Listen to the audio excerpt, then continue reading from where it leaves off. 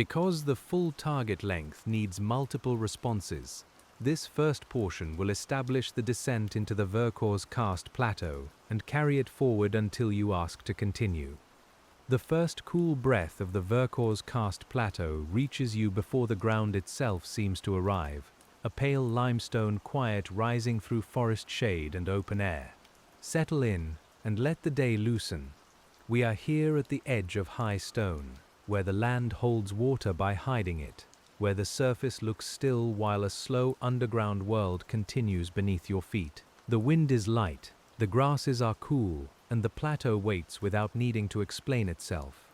You can feel the Vercors Karst Plateau first as texture, not as height, because the limestone under you is never quite smooth, never quite finished.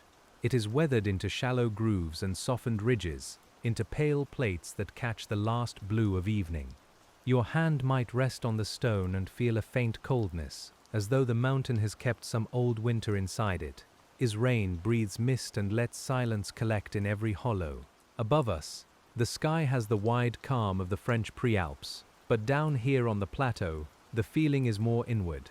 The Vercors does not rise like a single sharp summit. It gathers itself in forests, cliffs, meadows, sinkholes, ridges, and hidden openings. You and I move through that gathered quiet, as if through a room made by time, where each step is cushioned by moss, leaf litter, and the soft smell of damp stone.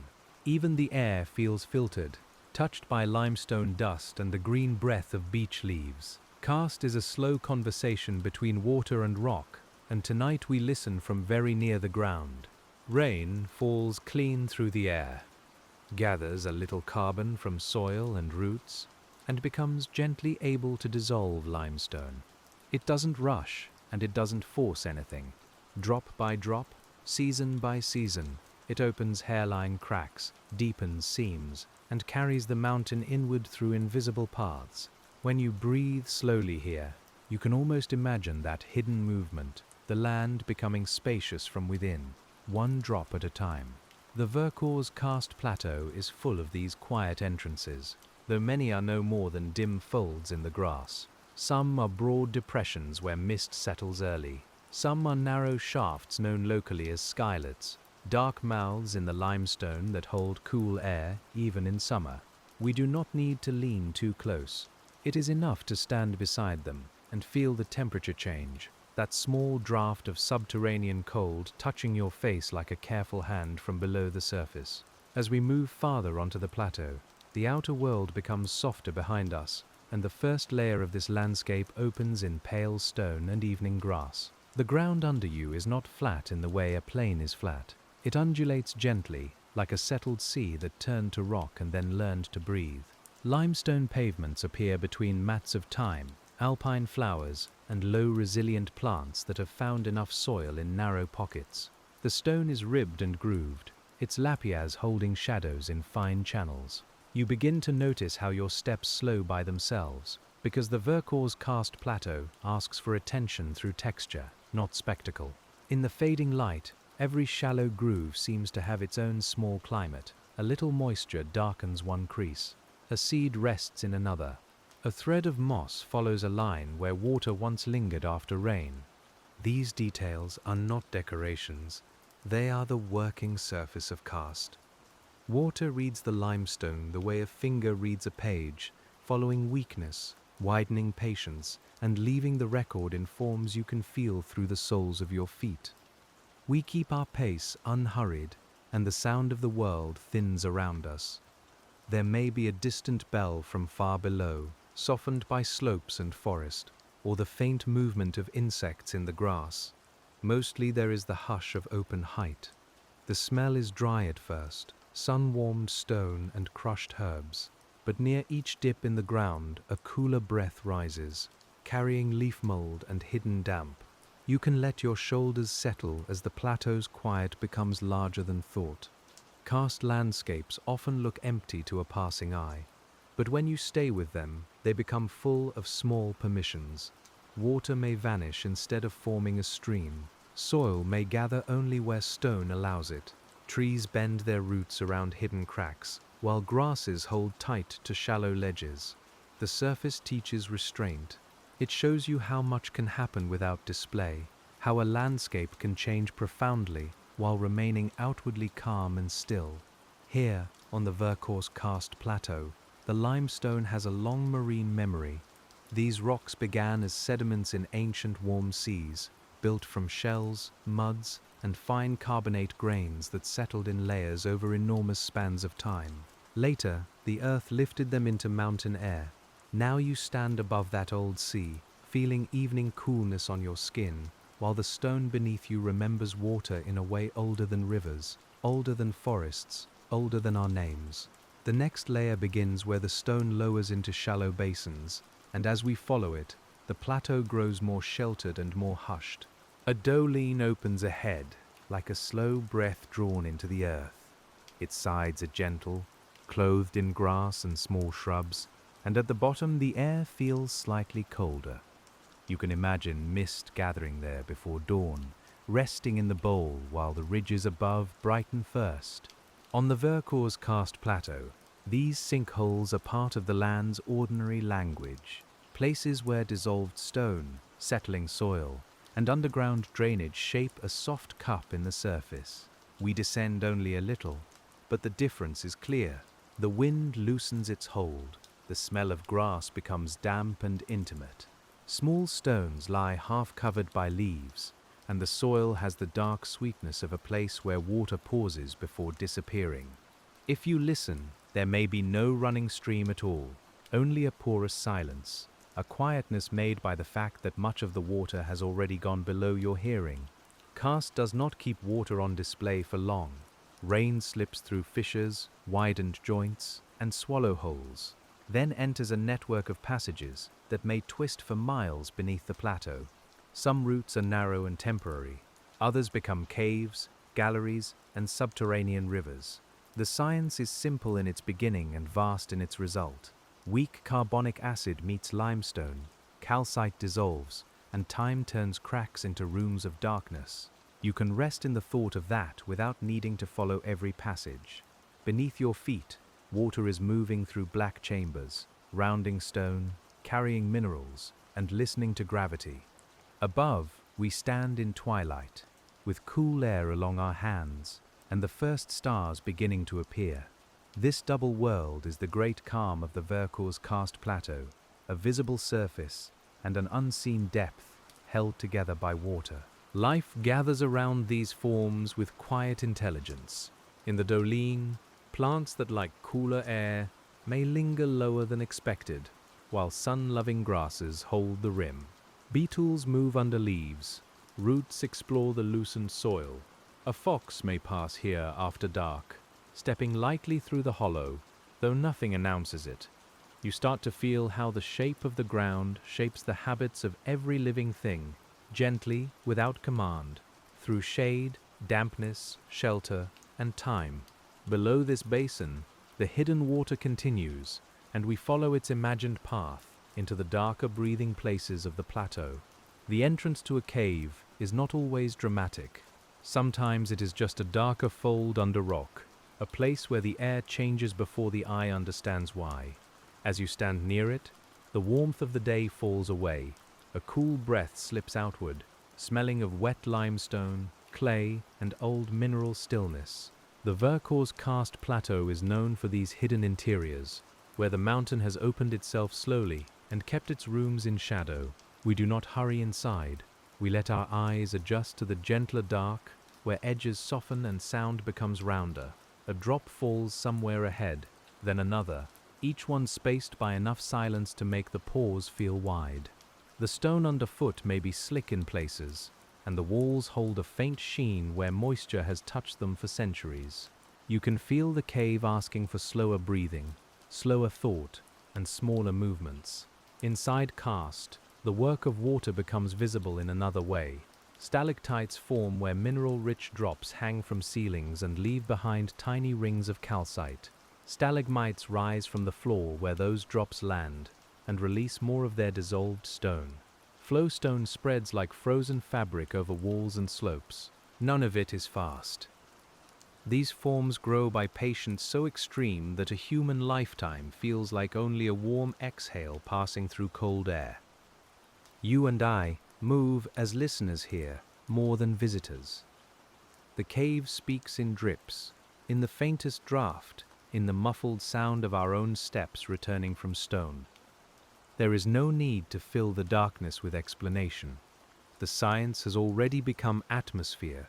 Water enters, dissolves, carries, deposits, and withdraws, while the cave keeps the record in pale curtains, glassy pools, and small mineral terraces that hold a dim glow. Creatures live in this quieter world too, though they ask almost nothing of the eye. Some are tiny invertebrates, adapted to darkness, pale and slow, following moisture, organic traces, and chemical signals rather than sunlight. Bats may use cave entrances and sheltered cracks, moving between night air and stone refuge. Life here is spare, but it is not empty. It is careful, low energy, and beautifully suited to a place where food arrives as fragments, and every movement has meaning. And as we sink deeper through thought, if not through steps, the cave leads us toward the water that shaped it, still traveling below the Vercors. Underground water is difficult to picture until you hear it. At first, there is only the drip, then perhaps a hidden murmur behind stone, low and steady. It may be a stream moving through a passage below us, or a narrow thread slipping through gravel and darkness. On the Vercors Karst Plateau, water often travels unseen, before returning at springs along cliffs and valleys, emerging clear, cold, and mineral bright after its journey through limestone. Imagine that water in darkness. It feels its way through joints and bedding planes, follows pressure and slope, and gathers into channels where many small paths meet. It carries no urgency, even when it moves quickly after rain. It is simply obeying shape. The plateau receives cloud, mist, snowmelt, and rain, then folds those gifts inward, holding them in a hidden body before releasing them again at the edges of the massif. You may notice how comforting that is. Not everything that matters stays visible. Some things are held underground, changed by contact, cooled by darkness, and returned in another form. The karst teaches that disappearance is not always loss. Sometimes it is passage, sometimes it is rest. The stream you cannot see beneath the Vercors Karst Plateau is still present, still moving, still making its quiet way through stone. The air around the imagined stream is colder now. You can sense wet rock close by, though our path remains gentle and safe in the mind's own descent. The smell is clean, almost metallic, with the softness of clay beneath it. Sound travels oddly here, stretching around bends, so one small ripple may seem to come from everywhere at once. In that diffuse murmur, your thoughts can loosen, becoming less like words and more like water. Where subterranean streams widen, they may carve galleries and pools. Where they narrow, they polish rock in smooth channels. During long wet seasons, passages may fill and drain, as the plateau breathes through its hidden plumbing. The chemistry remains delicate: carbon dioxide, calcium carbonate, rainfall, soil, pressure, and time, all working together without needing force. You can let that slow equation become a lullaby, because every part of it moves toward balance. When the hidden water rises again toward the outer world, we follow it softly, from darkness back to cliffs, springs, and evening air. At the margins of the plateau, springs appear like quiet revelations. Water that vanished far above returns from rock, clear and cold, sometimes spilling beneath overhangs or gathering at the base of limestone walls. You can cup your hands in the thought of it and feel the chill before tasting the mineral softness. The Vercors Karst Plateau is full of these relationships between high surfaces and lower emergence, between silence above and flowing release below. The sound of a spring is different from a surface stream born in open light. It seems to arrive already composed, already cooled by its underground travel. It slips over stones with a glassy hush and carries the faint smell of wet limestone, fern shade, and leaf-dark soil. Around it, moss thickens. Small plants lean close.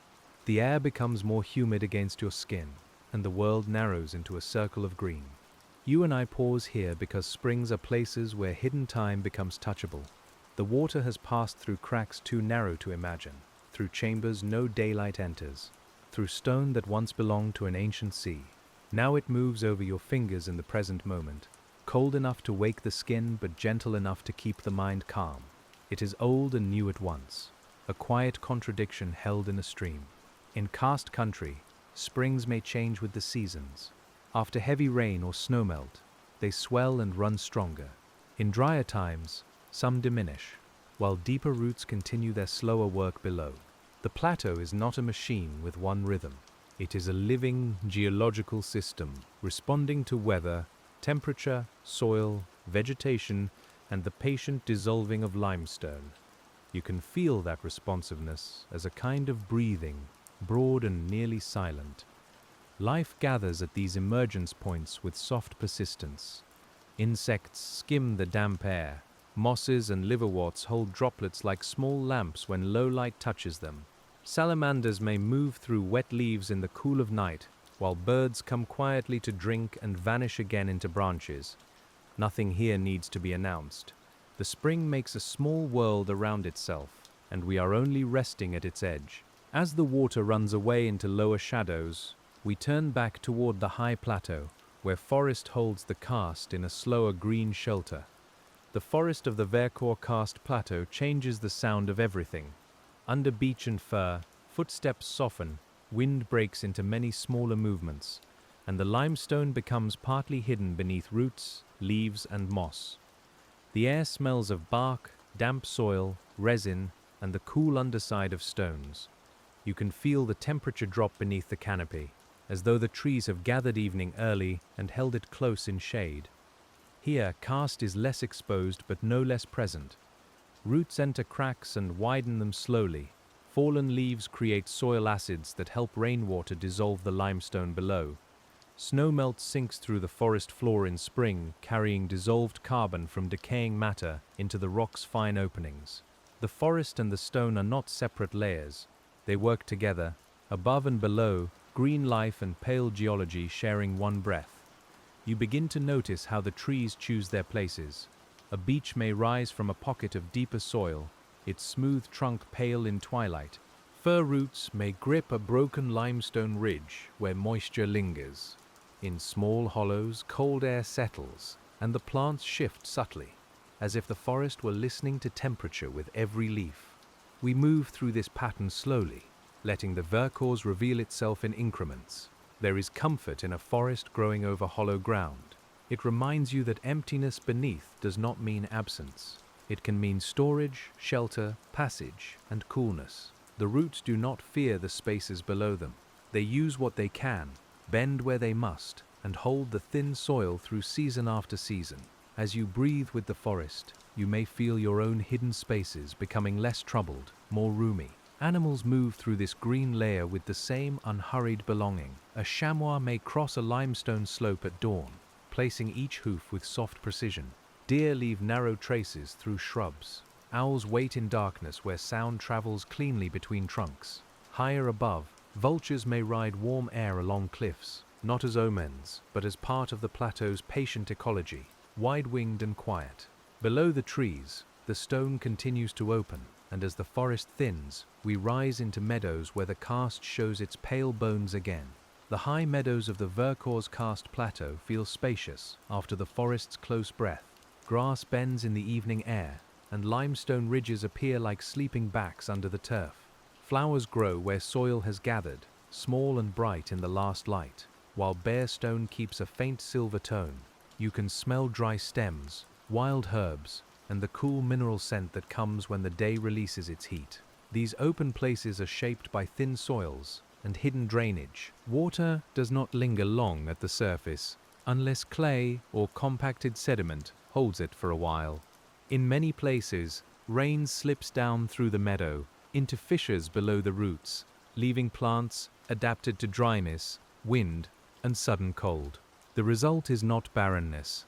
It is a fine-tuned quiet, a landscape where every stem has learned economy, and every bloom feels deliberate. We walk as if crossing the floor of an old sea lifted into sky. The thought can be strangely soothing. Under your feet are carbonate layers built from marine life long gone. raised and folded by tectonic forces, then carved by weather into plateau, cliff, hollow, and cave. Time here is not a straight line. It is layered, dissolved, uplifted, and softened again by rain, while the evening spreads blue over the grass. In this openness, sound travels farther but remains gentle. A breeze moves through seed heads with a dry whisper. Somewhere, a stone cools and releases the warmth it kept from afternoon. Your skin feels the change as night approaches, first at the wrists, then along the face and neck. The plateau's silence is not empty silence. It is filled with small textures, soft pressures, and the widening sense that nothing needs to happen. The life of the meadow is quieter than it appears from far away. Pollinators settle as the light dims. Small mammals remain near cover. Plants close or turn, following their own rhythms of moisture and temperature. Where limestone breaks the surface, lichens cling in pale maps, growing so slowly that patience seems almost visible. You may find yourself breathing more slowly here, because the whole meadow is practicing stillness. And as the light fades from the open grass, we follow the pale stone toward the plateau's broken edges, where cliffs hold the last warmth of day. The cliffs of the Vercors are not loud in evening. They stand in layered limestone walls, warm at first, then gradually cooling into grey and blue. From below they might seem imposing, but from here, near their quiet upper edges, they feel like the exposed pages of the plateau's long memory. You and I do not need to look down sharply. We only notice the air moving upward, carrying resin, stone dust, and a faint coolness from shaded ravines. Cliffs form where erosion has cut deeply into the limestone mass, where rivers, frost, gravity, and time have opened the plateau's sides. The rock shows beds and fractures, some broad, some fine as drawn lines. Water enters those weaknesses, freezes in colder seasons, dissolves where chemistry allows, and loosens small fragments over long periods. Yet the overall feeling remains steady, because geological change is usually a slow hand, not a sudden gesture. Birds know these vertical places differently than we do. Swifts may pass through evening air with quiet speed, while larger birds circle in broad patience, reading lift from the warming and cooling cliff faces. In cracks and ledges, plants root where a little dust and moisture have collected. Life does not ask the cliff to be easy, it accepts the narrow ledge, the thin seam, the careful hold, and makes a home in stone. The light changes beautifully here. Sun leaves the lower valleys first, then withdraws from ridges, then rests for a little while on pale limestone, before fading into lavender shade. You can watch the warmth depart without sadness. The cliff keeps its shape, the plateau keeps its silence. Even as colors drain from the rock, the place feels more itself, less described by daylight and more held by depth. In the Vercors Karst Plateau, edges and interiors belong to one another. The cliffs reveal what the caves conceal. The springs reveal what the meadows absorb. The forests hold what the limestone opens. As you let that pattern settle, you may feel the mind stop trying to separate things so sharply. Surface and depth, light and dark, dryness and hidden water, all become one slow landscape breathing through time. When night begins to gather along the cliffs, we turn inward once more, following the cold air as it drains toward hollows and hidden shafts. Night on the Vercors Karst Plateau arrives from the ground as much as from the sky. Cold air slips into basins, settles in sinkholes, and gathers along shaded limestone corridors. You can feel it around your ankles first, then across your hands, then in the slow clearing of each breath. The smells deepen too, wet leaves, stone, grass, and the faint mineral damp rising from unseen openings in the earth. Karst creates these small climates everywhere. A hollow may hold frost later into spring. A south-facing rock may warm enough for dry-loving plants just a short distance away. A cave mouth may breathe cold air through summer and steadier air through winter. The plateau is not one climate laid evenly over stone. It is a mosaic of touch, temperature, shadow, and moisture, and you can feel that mosaic gently around you. We stand near a shallow depression as the first stars become clear. The grass there is darker, beaded with dew. and the stones around it have lost their daylit brightness. Somewhere below, perhaps directly under us or far away through linked passages, water continues its patient route. The thought does not pull us downward with fear. It gives the ground a sense of depth, as if the night itself has entered the limestone. In this hour, animals move without disturbing the calm. A bat may pass overhead, visible for only a breath against the fading sky. Insects pulse softly in the grass.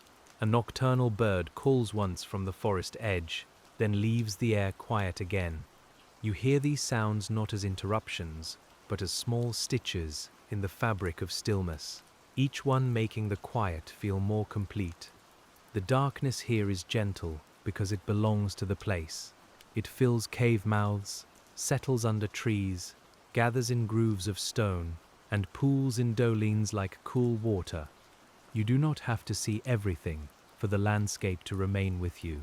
Some of the Vercors is meant to be sensed through temperature, scent, and the inward feeling of hidden space beneath your resting feet. And as the night deepens, we let the surface become softer, while the unseen plateau below us continues its slow work in darkness. Under the night, the limestone seems less like a hard material and more like a sleeping body. It holds old fractures, old marine layers, old passages made by water that never needed witness. The Vercors Karst Plateau rests above them quietly, with forests dark on the slopes and meadows silvered where the sky remains open. You can imagine the whole massif, breathing slowly, drawing rain inward, releasing springs, keeping its secrets without effort. This is one of the great comforts of karst. It reminds you that hidden processes can be steady and kind. The surface may look still, but inside it, water is moving, minerals are settling, cave air is shifting, and roots are feeling their way through darkness. Nothing needs to announce itself. The deepest work of the place happens below notice, beneath grass, beneath leaves, beneath the pale plates of weathered rock. You may feel that your own breathing has found the same rhythm. Inhale, like mist gathering over a hollow. Exhale, like water slipping into limestone. Thoughts that were sharp at the surface become rounded by repetition, softened by the imagined drip of caves and the cool weight of night air. We are not going anywhere quickly. We are simply staying with the Vercors, letting its slow underground patience become ours. The plateau does not ask you to understand every passage or name every form. It offers the feel of stone under moss, the coolness of a cave breath, the silver of limestone in dusk, and the hidden thread of water beneath silence. These are enough. In a world that often asks for brightness, speed, and display, the Vercors Karst Plateau keeps another kind of wisdom, one that belongs to shadow, seepage, and rest. Below this quiet surface, the water continues on, and we follow its darkness again, not with our feet now, but with the calm attention of a mind nearly asleep.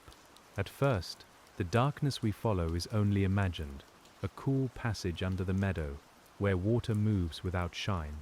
You can feel it in the mind as a narrow thread, sliding over limestone that has been polished by countless seasons of rain. The sound is low and rounded, softened by the hidden walls around it. We drift with that sound beneath the Vercors Karst Plateau, letting it carry us inward through shadow. The ceiling above this imagined stream is close in some places and spacious in others, because karst does not make rooms evenly. It widens where fractures invite it, narrows where the limestone holds firmer, and turns where older layers guide the flow aside. You do not need to map it. You only need to sense the cool air, the wet mineral scent, and the patient dark pressing gently around the stream's path. Every drop has a small weight here. It touches rock, lifts a trace of calcium, and continues into the unseen network below the plateau. Over time, that touch becomes architecture. A crack becomes a rift becomes a passage, and the passage becomes a hidden corridor where water speaks quietly to stone. We listen as if from a little distance, calm and still, while the Vercors keeps shaping itself in silence. The science of this is soft enough for sleep, Rain becomes slightly acidic as it passes through air and soil. Limestone yields slowly to that rain, not by breaking all at once, but by dissolving along its delicate lines of weakness. In the Vercors Karst Plateau, this process has made a landscape with two faces, one open to wind and forest, the other folded underground in cool, patient darkness. You may picture the water moving through vertical shafts, then through sloping galleries, then into chambers where its voice grows deeper. Some of these spaces hold pools so still they seem more like black glass than water. Others carry currents after snowmelt, when the high plateau releases winter into the hidden world below. Even then, we keep our attention gentle, hearing only the softened movement, the low breath of stone. A cave pool reflects almost nothing in the dark, yet it has its own kind of presence. If a faint light were near it, the surface would hold a blurred image of limestone curtains and low arches above. Without light, you would know it by smell and coolness, by the way sound changes near open water. We pause beside it in thought, letting the damp air touch your face with calm. In places, minerals return to the rock, drop by drop. A thin rim grows around a pool. A pale sheet of flowstone folds over a ledge. Tiny crystals catch what little light there might be, not bright enough to startle, only enough to suggest a quiet inner weather. The Vercors Karst Plateau is still becoming itself in these hidden rooms, where water removes and restores with the same patience. We follow the stream until its sound becomes softer, not because it has vanished, but because it has moved behind thicker stone. That is how much of Karst feels to the listening mind. Present, then hidden, then present again. You can let that rhythm settle into your breathing, because there is nothing urgent in it. The plateau teaches continuation without display, movement without noise. Above us, night rests on the grass and forest. Below us, the water threads onward. Between those two quiet worlds, limestone holds the memory of marine sediment, uplift, rain, frost, root, and thaw. The Vercors Karst Plateau is not a single scene, but a long, slow exchange between surface and depth. We remain inside that exchange, as still as we can, feeling the mountain's breath. And as the hidden current bends away, we rise in thought toward the places where old water leaves marks without needing to stay. On the surface again, the plateaus lies pale beneath a softened night sky. These grooved limestone pavements can feel like frozen water, all channels and ridges, all shallow runnels where rain has passed and passed again. You might place your palm against one smooth groove and feel the remaining chill of evening. The rock is dry now, but its shape remembers wetness, and the Vercors Karst Plateau holds that memory in lines. Each groove is a small path made by chemistry and gravity together. Rain gathers in a fine depression, carries dissolved carbon from the soil or air, and begins to open the limestone's surface. With many years, the depression deepens. With many more, it becomes a channel that guides later rain more easily. This is how the plateau writes itself, not in ink, but in cold stone, faint acid, and time.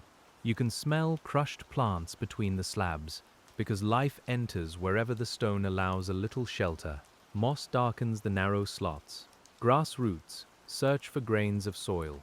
Small flowers may bloom from cracks that look almost empty, their stems protected from wind by the limestone edges around them. As we move slowly, you start to feel how nothing here is truly bare, even where the rock seems exposed. At night, the grooves hold darkness before the ridges do. The result is delicate, a pattern of silver and blue shadow under the open sky.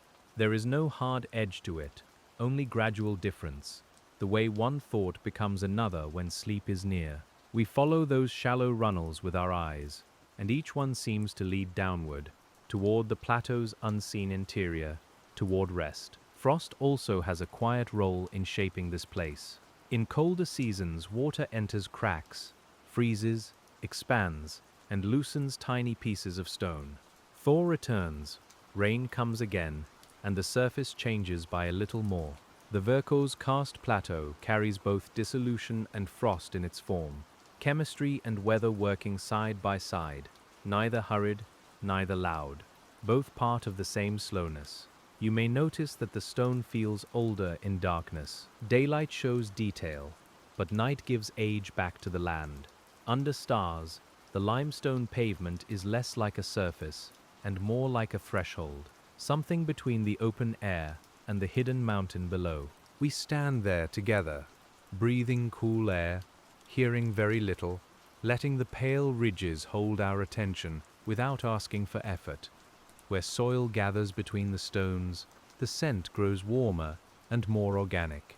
A fingertip might find damp leaf fragments, fine grit, and the soft hold of roots.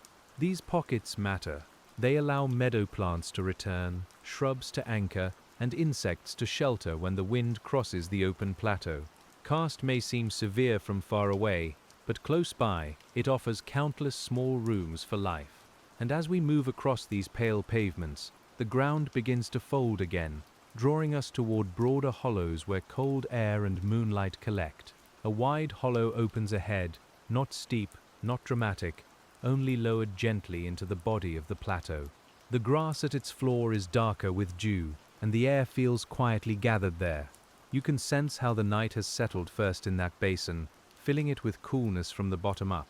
On the Vercors Karst Plateau, such depressions are among the softest signs of the rock dissolving beneath surface. Some dolines form where limestone dissolves gradually from below the soil. Others may involve settling, collapse, or the slow removal of material into underground voids. The result from where we stand is a bowl in the land that feels peaceful rather than empty. You and I descend only a few steps in thought, enough to feel the sound change, as if the hollow has gently cupped the silence. Dew gathers on grass blades here, and the cold brushes your ankles with a soft insistence. There may be a smell of wet earth that was not present on the ridges.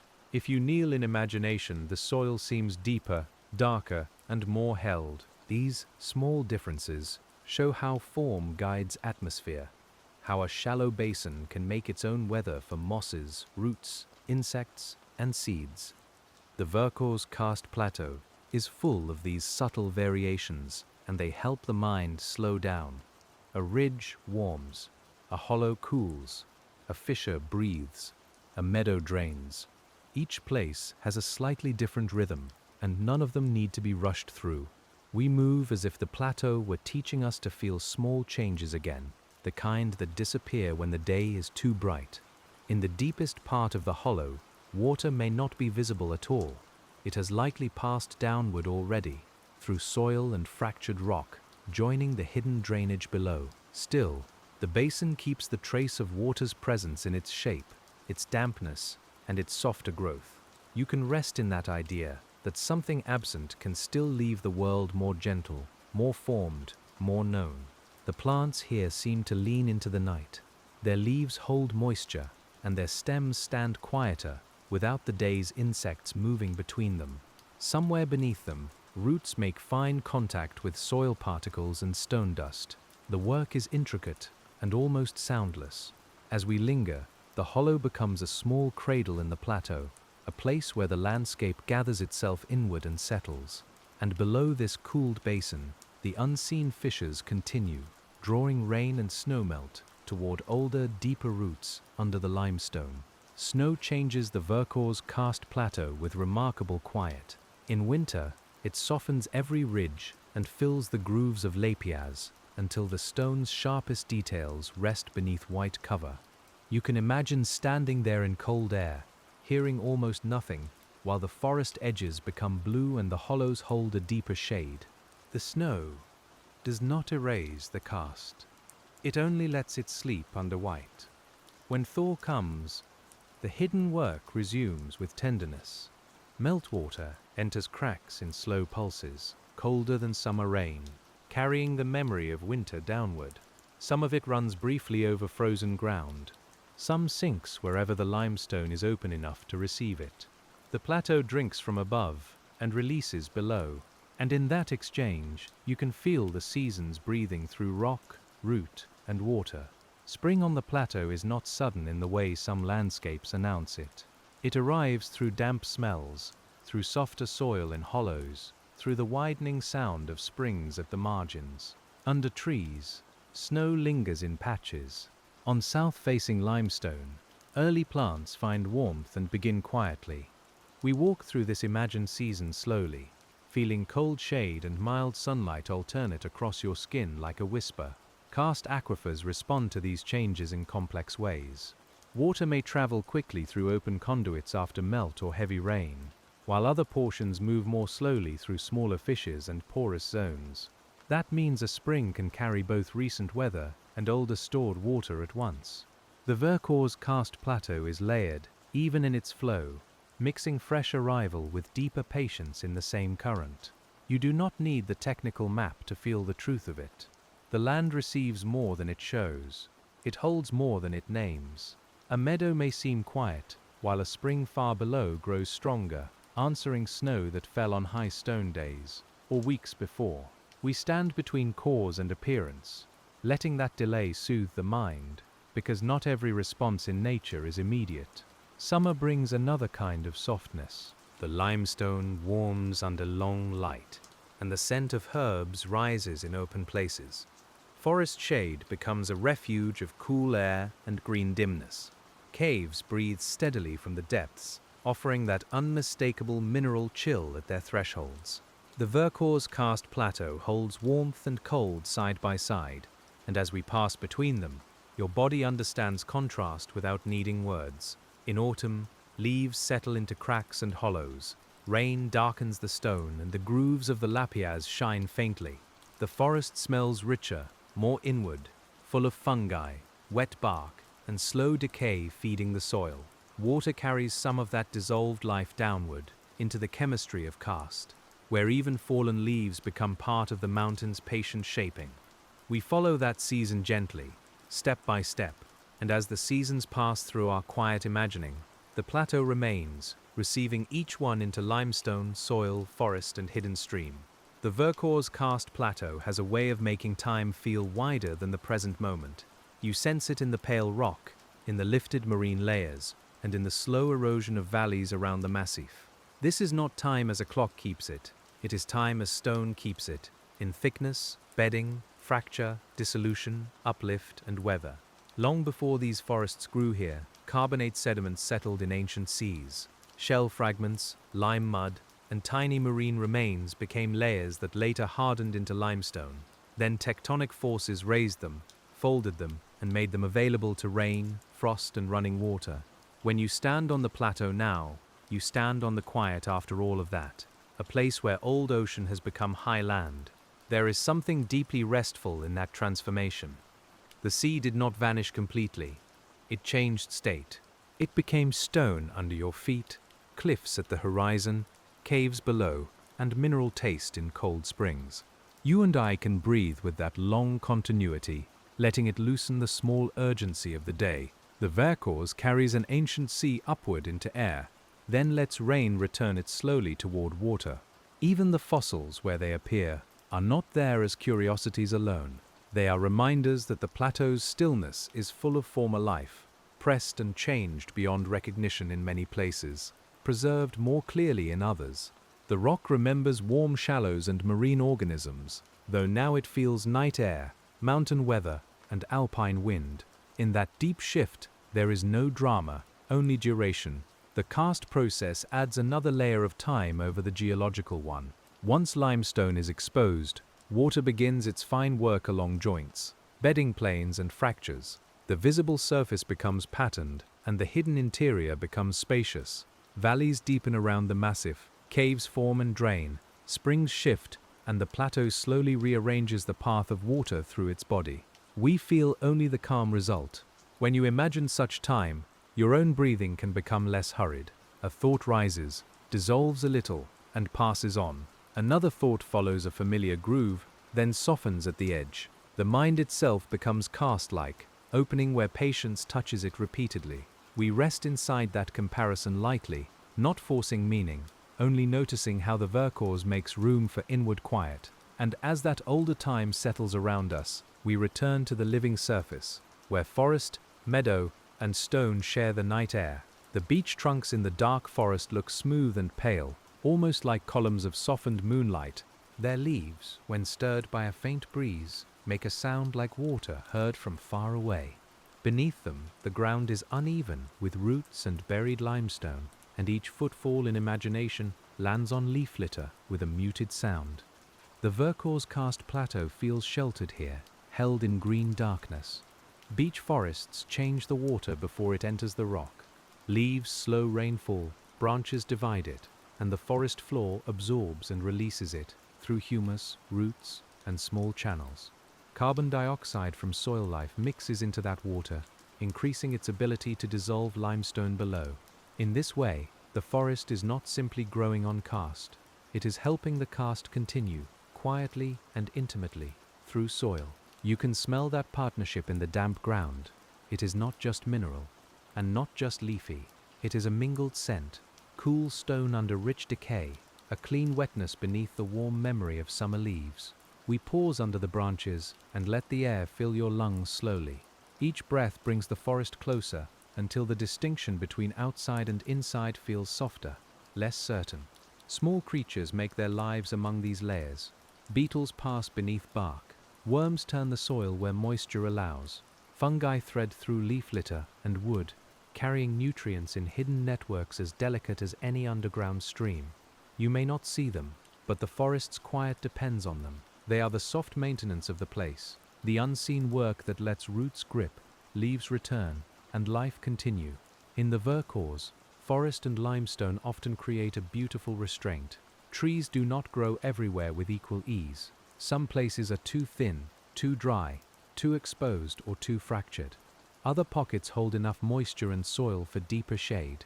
The result is a landscape that opens and closes as we move, alternating between sheltered dimness and pale exposed rock, each one making the other more tender. You may feel yourself moving between those states as well. A thought opens, then rests. A memory appears, then sinks into darkness. The forest does not ask you to solve anything. It only surrounds you with layered sound, bark scent, cool air, and the slow nearness of stone below the roots. We keep walking gently, with the Vercors around us like a long, steady breath. And where the forest thins again, the plateau offers a softer openness. Meadow grass lying silver beneath the night. The meadow is quiet now, but not empty. Dew beads along grass blades, and the faintest light from the sky gives each drop a small, muted shine. Limestone emerges in low ribs, pale against the dark soil pockets between them. As you move through this open place with me, the air touches more of your skin, cooler than before, carrying herbs, damp earth, and night.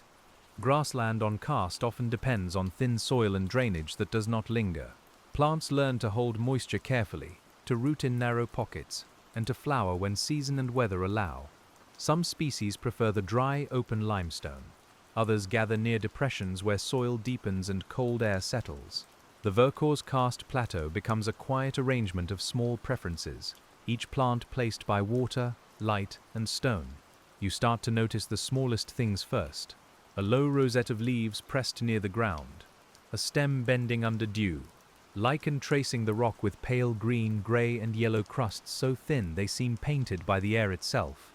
These are not loud forms of life. They are forms of attention, living close to the surface, close to weather, close to patience. Above the meadow, the sky feels immense but gentle. Stars appear slowly, not as spectacle, but as small points revealed by the fading of blue. The plateau beneath them is darker than the sky now, a broad shape made of forest masses, open grass, and hidden limestone basins. We let that contrast hold us, the cool ground below and the open dark above, both wide, both quiet. In places, the meadow dips into shallow drainage lines that only run with water after rain or snowmelt. At other times, they are simply greener paths through the grass.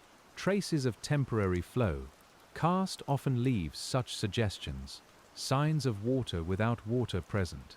You can follow them with your eyes and feel the land's memory, the way it keeps the shape of movement, even in stillness. The softness here is not fragile. It has endured wind, frost, drought, thaw, grazing by wild animals, and the long rearrangement of soil by water and roots. Yet in this moment, it offers only quiet. You do not have to think about endurance as effort. You can feel it as continuity, a meadow resting on stone, returning each year through weather, seed, and light. And as the meadow sinks toward another dark line of trees, we follow the soundless drainage of the plateau back toward hidden openings. A silette can be nearly invisible until you are close to it. The ground changes, the air cools, and suddenly the darkness below seems to breathe. We keep a gentle distance, enough to feel the draft without needing to enter. On the Vercors Karst Plateau, these shafts connect the surface to the cave systems below, vertical invitations made by water, fracture, and time. The air from such an opening has a particular quality. It is cool, damp, mineral, and steady, unlike the shifting air of the open meadow. You might feel it on your face as a delicate current, carrying the scent of wet limestone and clay from below. It is as if the mountain exhales very slowly through the grass, reminding us that the surface is only the upper skin of a deeper world. Many shafts begin where water finds a weakness and follows it downward. Over long periods, dissolution enlarges the root, and gravity helps guide both water and loosened material into the depths. Some passages remain narrow, others connect to wider chambers or underground rivers. We do not make the science sharp or heavy. We let it be a slow explanation, as soft as the cold breath touching your hands. These openings matter to the landscape beyond their shape. They guide drainage, ventilate cave systems, and create tiny climates around their rims. Mosses may gather near the damp air. Leaves may collect and slowly decay at the edge. Small animals may use the shelter of surrounding stones. The shaft is not simply a hole. It is a meeting place between night, surface, moisture, and depth. You may find comfort in standing near a threshold without crossing it. Some places are meant to be known partly, sensed through coolness, darkness, and suggestion. The Vercors does not reveal everything at once. It offers an edge, a breath, a sound from below, and lets the imagination travel farther than the body needs to go. We receive that offer quietly, without reaching for more than enough. The stars above the silette seem still, while the air below it moves. This gentle contrast can steady the mind. Above, distance. Below, hidden passage. Around us, grass and stone. Within you, breath. Each layer has its own calm, and none of them interrupts the others. The plateau is teaching us how different depths can exist together in one piece. And from this cool opening, we let our attention drift outward again, toward the ravines where water has cut the limestone more openly. Ravines on the edges of the Vercors Karst Plateau hold a different kind of quiet. They are shaped by water that stayed visible long enough to carve, deepen, and leave steep wooded sides. At night, they are filled with shadow, and the air rising from them smells of damp leaves, wet rock, and fern. You can hear a small stream somewhere below, softened by distance, moving through the dark. The limestone here shows how karst and erosion work together. Underground drainage hollows the plateau from within, while surface water cuts valleys and gorges from without. Frost loosens edges. Gravity carries fragments downward. Plants stabilize some slopes and leave others open to weather. The whole system is patient, layered, and responsive, shaping cliffs, ledges, and ravine floors through countless quiet changes. You and I stand where the sound rises gently, not looking for drama, only listening to water made soft by leaves and stone. It moves over gravel, slips around boulders, and gathers in dark pools that reflect almost nothing. The air is cooler near the ravine, and if mist forms, it rests along the lower ground like a pale blanket. The Vercors holds this moisture close, breathing it back into the forest. Life along these ravines is often lush compared with the drier limestone above. Ferns unfurl where spray or seepage keeps the air moist. Moss thickens on shaded rock. Trees lean toward openings in the canopy, their roots binding soil that might otherwise travel downhill after rain. You can feel the ravine as a green corridor, a place where coolness moves slowly through the plateau's edge. The sound of water below does not pull us away from sleep, it steadies us. It gives the mind one soft thread to follow. one continuing murmur that never asks for attention too sharply. The stream is doing what water does after hidden travel and open descent. It moves on, unhurried, carrying mineral traces from limestone and leaf-dark scents from the forested slopes into night. When the ravine deepens beyond sight, we step back into the trees, allowing the sound below to remain behind us like a memory of flowing stone. The forest path in imagination is darker now, and the branches hold the sky in small pieces. You feel the ground lift and dip under each step, sometimes soft with leaves, sometimes firm where limestone lies close beneath the soil. The air is cool enough to make breathing noticeable. We move slowly through the Vercors Karst Plateau, held between the living canopy above and the hollowed rock below, in balance. Karst forests often carry subtle signs of the underground world. A line of trees may follow a fracture where soil is deeper. A sudden hollow may interrupt the slope. A patch of unusually damp moss may mark seepage or cold air drainage. These are not obvious signs, but once you start to notice them, the whole forest becomes more legible. You begin reading with your senses, with smell, footing, temperature, and listening. There is no need to identify every tree in the dark. It is enough to feel the difference between smooth beech bark and the resinous presence of fir. It is enough to hear leaves shifting overhead and needles catching a smaller, drier whisper. The forest gathers sound and breaks it apart into sleep-sized pieces. Your thoughts can rest among those pieces, each one small, soft and passing.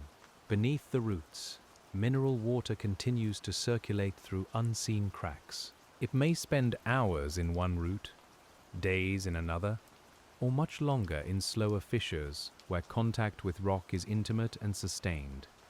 That contact changes the water's chemistry, giving springs their hardness, clarity, and mineral taste. The Vercors Karst Plateau is always mixing surface life with underground stone, making each spring a quiet expression of both. As we pause among the trunks, the night air seems to thicken slightly, not with weight but with presence. Dampness gathers on leaves, soil breathes up from the ground. Somewhere, a small animal moves through brush, then becomes still again. The forest does not fall silent because it is empty. It falls silent because everything here has learned how softly it can live. You can let your own body learn from that softness. The jaw unclenches. The hands loosen. The breath drops lower, as if following water into limestone. We remain in the forest a little longer, not to reach a destination, but to be near this slow exchange of moisture, root, shadow, and stone. The Vercors holds us without asking for anything, and as the trees open once more, a pale clearing draws us toward the high, wind-shaped spaces of the plateau. The clearing feels wide after the enclosed forest, but the darkness keeps it gentle. Grass lies low, and limestone ridges show through like quiet bones under a thin green cover. The wind has room here, though tonight it moves only lightly, touching your face and passing on. We stand under the open sky of the Vercors Karst Plateau, with the land broad around us and the hidden water below moving in secret. In daylight, such high clearings may seem bright and exposed. At night, they become places of softness. The pale stones gather faint starlight. The grass holds dew. The air carries a dry herbal scent, mixed with the colder mineral breath rising from cracks. You can feel how the plateau belongs equally to openness and concealment, to wide sky and buried passage, to light remembered and darkness received. The ecology here is shaped by limitation in a calm, precise way. Thin soils mean plants must root carefully. Drainage means water is available in pulses rather than constant abundance. Wind and cold select for low growth, flexible stems, and resilient leaves. Nothing about this needs to feel harsh. It is simply the grammar of the place, and life speaks it fluently, without hurry or complaint. You may notice how sleep itself feels like entering such a grammar. The bright surface of the day drains away. Familiar thoughts sink into deeper roots. The mind keeps only what it needs, letting the rest pass below awareness. As we stand in the clearing, The Vercors Karst Plateau becomes a gentle model for that descent, a landscape of release, absorption, and ease. Somewhere beyond the clearing, cliffs catch a little moonlight. Somewhere below, an underground stream touches stone.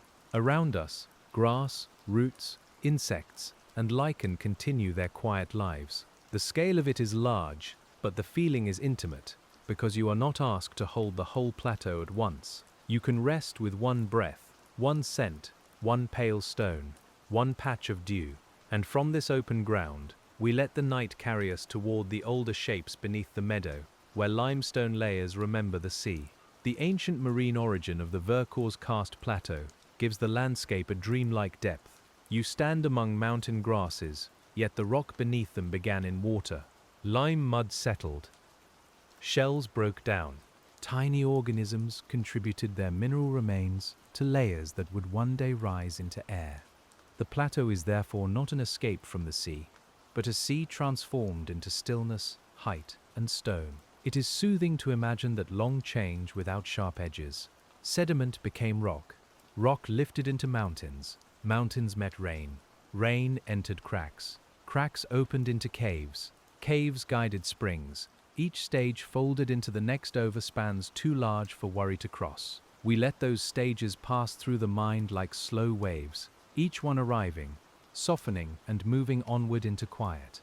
The limestone beds may tilt, fracture, and stack in ways that guide water through the massif. Some layers dissolve more readily, some resist a little longer.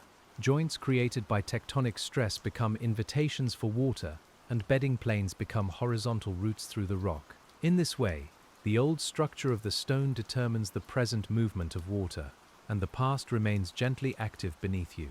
You can feel this continuity as a kind of calm beneath the night. The land is not fixed, but it is steady. It changes by processes so slow that they can hold us rather than unsettle us. A drop dissolves a trace of calcite. A root grows into a crack. A spring carries minerals into lower air. The Vercors Karst Plateau continues, and we continue breathing with its pace. In sleep, the mind often needs exactly this kind of time. Not the quick time of clocks and tasks, but the deep time of stone, where change is real and still unhurried. We stay near that feeling now. The air is cool, the meadow dim, the limestone pale beneath us, and somewhere inside the plateau, water keeps making room in the dark. And, as the thought of ancient seas settles, we return again to the present surface, where night insects and cool grass keep the plateau close. The sound in the meadow is nearly imperceptible. A small insect shifts among stems. Dew forms without a voice. Grass brushes grass in a movement too faint to become wind. You and I stand quietly inside that delicate soundscape, letting it replace the sharper noise of ordinary thought. On the Vercors Karst Plateau, the smallest sounds seem to have more space around them, and that space is restful. The air against your skin carries layers. There is the clean coolness of altitude, the mineral dryness of exposed limestone, the damp breath of hollows, and the green scent of plants closing into night. Each one arrives gently, and none of them competes. When you breathe in, the plateau enters as atmosphere rather than scenery. It becomes something felt through the body, in the chest, the hands and the eyes. This is why karst can be so calming when approached slowly. It rewards the senses that modern life often leaves behind. You listen for hidden water. You feel cold air draining into a hollow. You smell whether stone is dry or damp. You notice where plants thicken because soil has gathered. The Vercors Karst Plateau becomes a quiet teacher of attention, and attention becomes softer as it deepens. The landscape also teaches acceptance of the unseen. Much of what shapes it is below the ground, outside vision, beyond ordinary reach. Yet the evidence appears everywhere, in sinkholes, springs, dry valleys, cave mouths, and ribbed stone. We do not have to see the whole system to trust that it is there. We can rest with partial knowledge, with hints, with cool drafts, with the steady murmur underneath. A half-asleep mind may drift easily in such a place. One moment you are watching dew on grass. The next you are hearing water in a cave. Then you are back beneath trees, smelling wet leaves and limestone dust. The Vercors allows that gentle movement because its own nature is connection through hidden roots. Surface thoughts and deeper thoughts begin to meet, quietly, like streams joining in shadow. And as your attention floats between meadow and cave, we follow one hidden route farther, toward a chamber where water has slowed almost completely. The chamber is wide in imagination, with a low ceiling in some places and higher darkness in others. A pool rests at its center, so still that the dripping water barely troubles it. The air is cool, damp, and close, carrying the clean smell of calcite and clay. We stand at the edge of that underground stillness beneath the Vercors Karst Plateau, listening to one drop fall into water. The sound expands softly. It touches stone, returns, and fades before the next drop comes. These intervals are part of the cave's quiet. They create space for breathing. They let thought loosen between impacts. You do not need to count them. You only sense the slow rhythm, the way darkness receives each sound completely and gives back a softened echo, round and small. Cave pools can preserve remarkable calm when water enters gently. Fine sediment settles on the bottom. Minerals may create pale rims along the edges. In very still places, the surface can hold a delicate skin of reflected darkness, broken only by drops from above. The Vercors Karst Plateau contains many such possibilities, shaped by the movement and resting of water through limestone over ages. There may be formations around the chamber, though we imagine them without spectacle. Stalactites hang like quiet mineral thoughts from the ceiling. Stalagmites rise below them, patient and grounded. Flowstone follows the wall in pale folds, as though water once left a curtain there and then turned it to stone. None of these forms hurry toward completion. They grow in the language of drops. The life here is spare and careful. Microorganisms may live in films on wet surfaces. Tiny cave-adapted invertebrates may move in darkness, guided by chemical traces and touch. Organic matter enters from above in small amounts, carried by water, roots, or animals. Nothing is wasted. The cave world uses little and moves slowly, and its restraint feels like a deep form of peace. You can rest beside this pool for a long time in thought. The darkness is not an absence pressing against you. It is a soft surrounding, a place where vision gives up its work and the other senses become enough. Cool air, mineral scent, a single drop, the faint closeness of stone, and your own slow breathing become the whole world for a while. And when the pool grows quiet again, we let the hidden water continue below us, carrying the plateau's silence toward distant springs. The route away from the chamber may be narrow, but water does not mind narrowness. It slips where it can, gathers where the passage lowers, and leaves mineral traces where it pauses. In the Vercors Karst Plateau, underground water follows gradients too subtle for the eye, guided by rock structure and gravity. We follow only as a dream follows, softly, without needing to know the precise way. At times, the passage may carry more water after rain, and at other times only a thin thread remains. This changing flow is part of the karst's breathing. The plateau receives weather from above and answers below in springs, seepage, and subterranean streams. You may imagine that every cloud crossing the high limestone has a future underground, a quiet second life in darkness and stone. Hydrologists may trace these waters with careful methods, but tonight we stay with the feeling. A drop falls through a shaft, a trickle joins another, a stream forms, dark and cold. Somewhere at the edge of the massif, that water will return to daylight, but for now it remains below, carrying dissolved limestone in its clear body. The thought is steady enough to lean on, like a current. You can feel the body relaxing into that steady route. Muscles soften as if they too have found a lower channel. The mind stops pushing against its edges and begins to move around them. We are still on the Vercors Karst Plateau, still held by its limestone and night air, but attention has become subterranean, slow, and comfortably dim. Above, the forest floor is dark with leaves. Above that, Branches hold stars between them. Above that, the sky opens without making a sound. Below, the water continues through stone. All these layers exist together, and you are allowed to belong to them quietly for now. Not as someone crossing a landscape, but as someone being held within its layers. And as the hidden route widens in the mind, we return toward the margins once more, where the plateau releases its cool water into the open air. A spring at night is almost more sound than sight.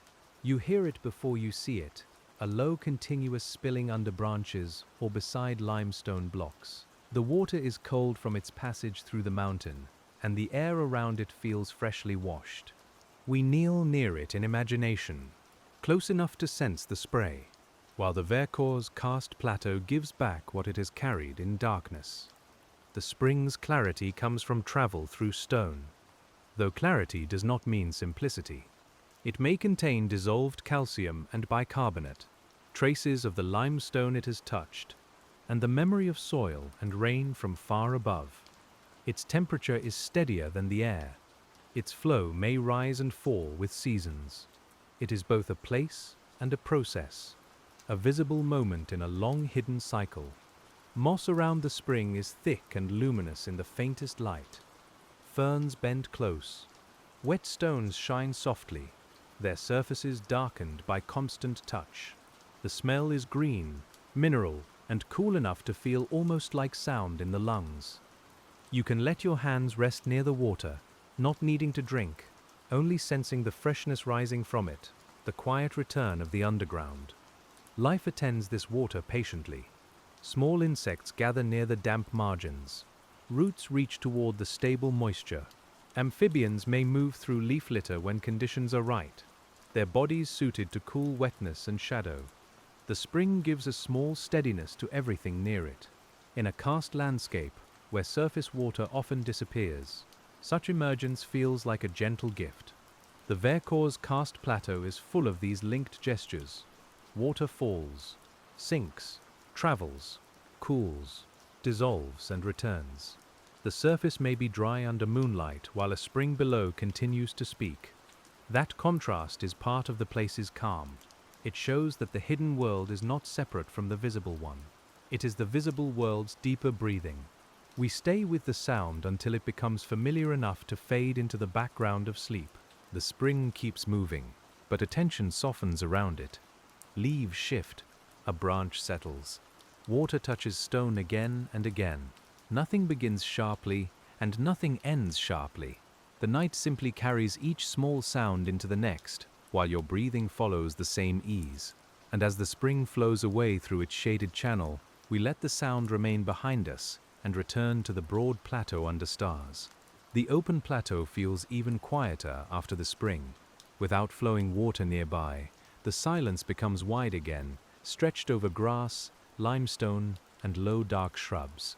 The sky has deepened, and the stars seem clearer in the clean mountain air.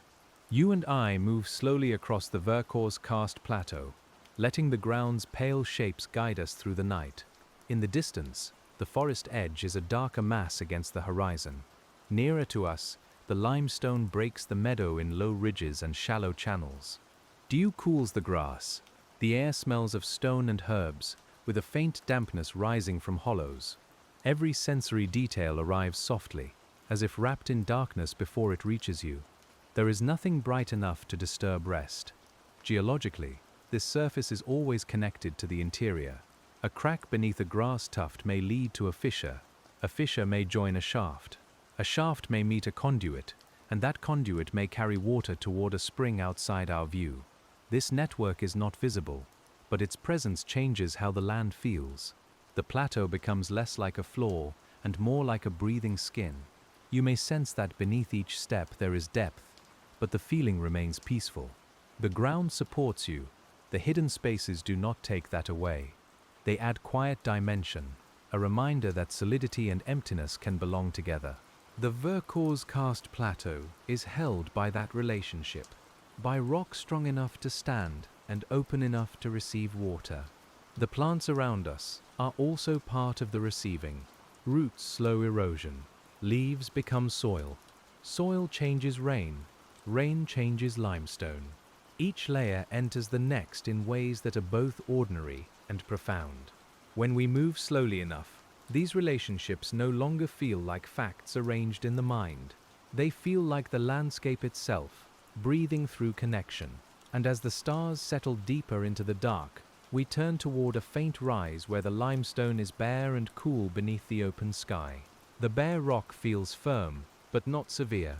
Its surface is rounded by weather, rough in places, smooth in others, with little pockets where water has once rested.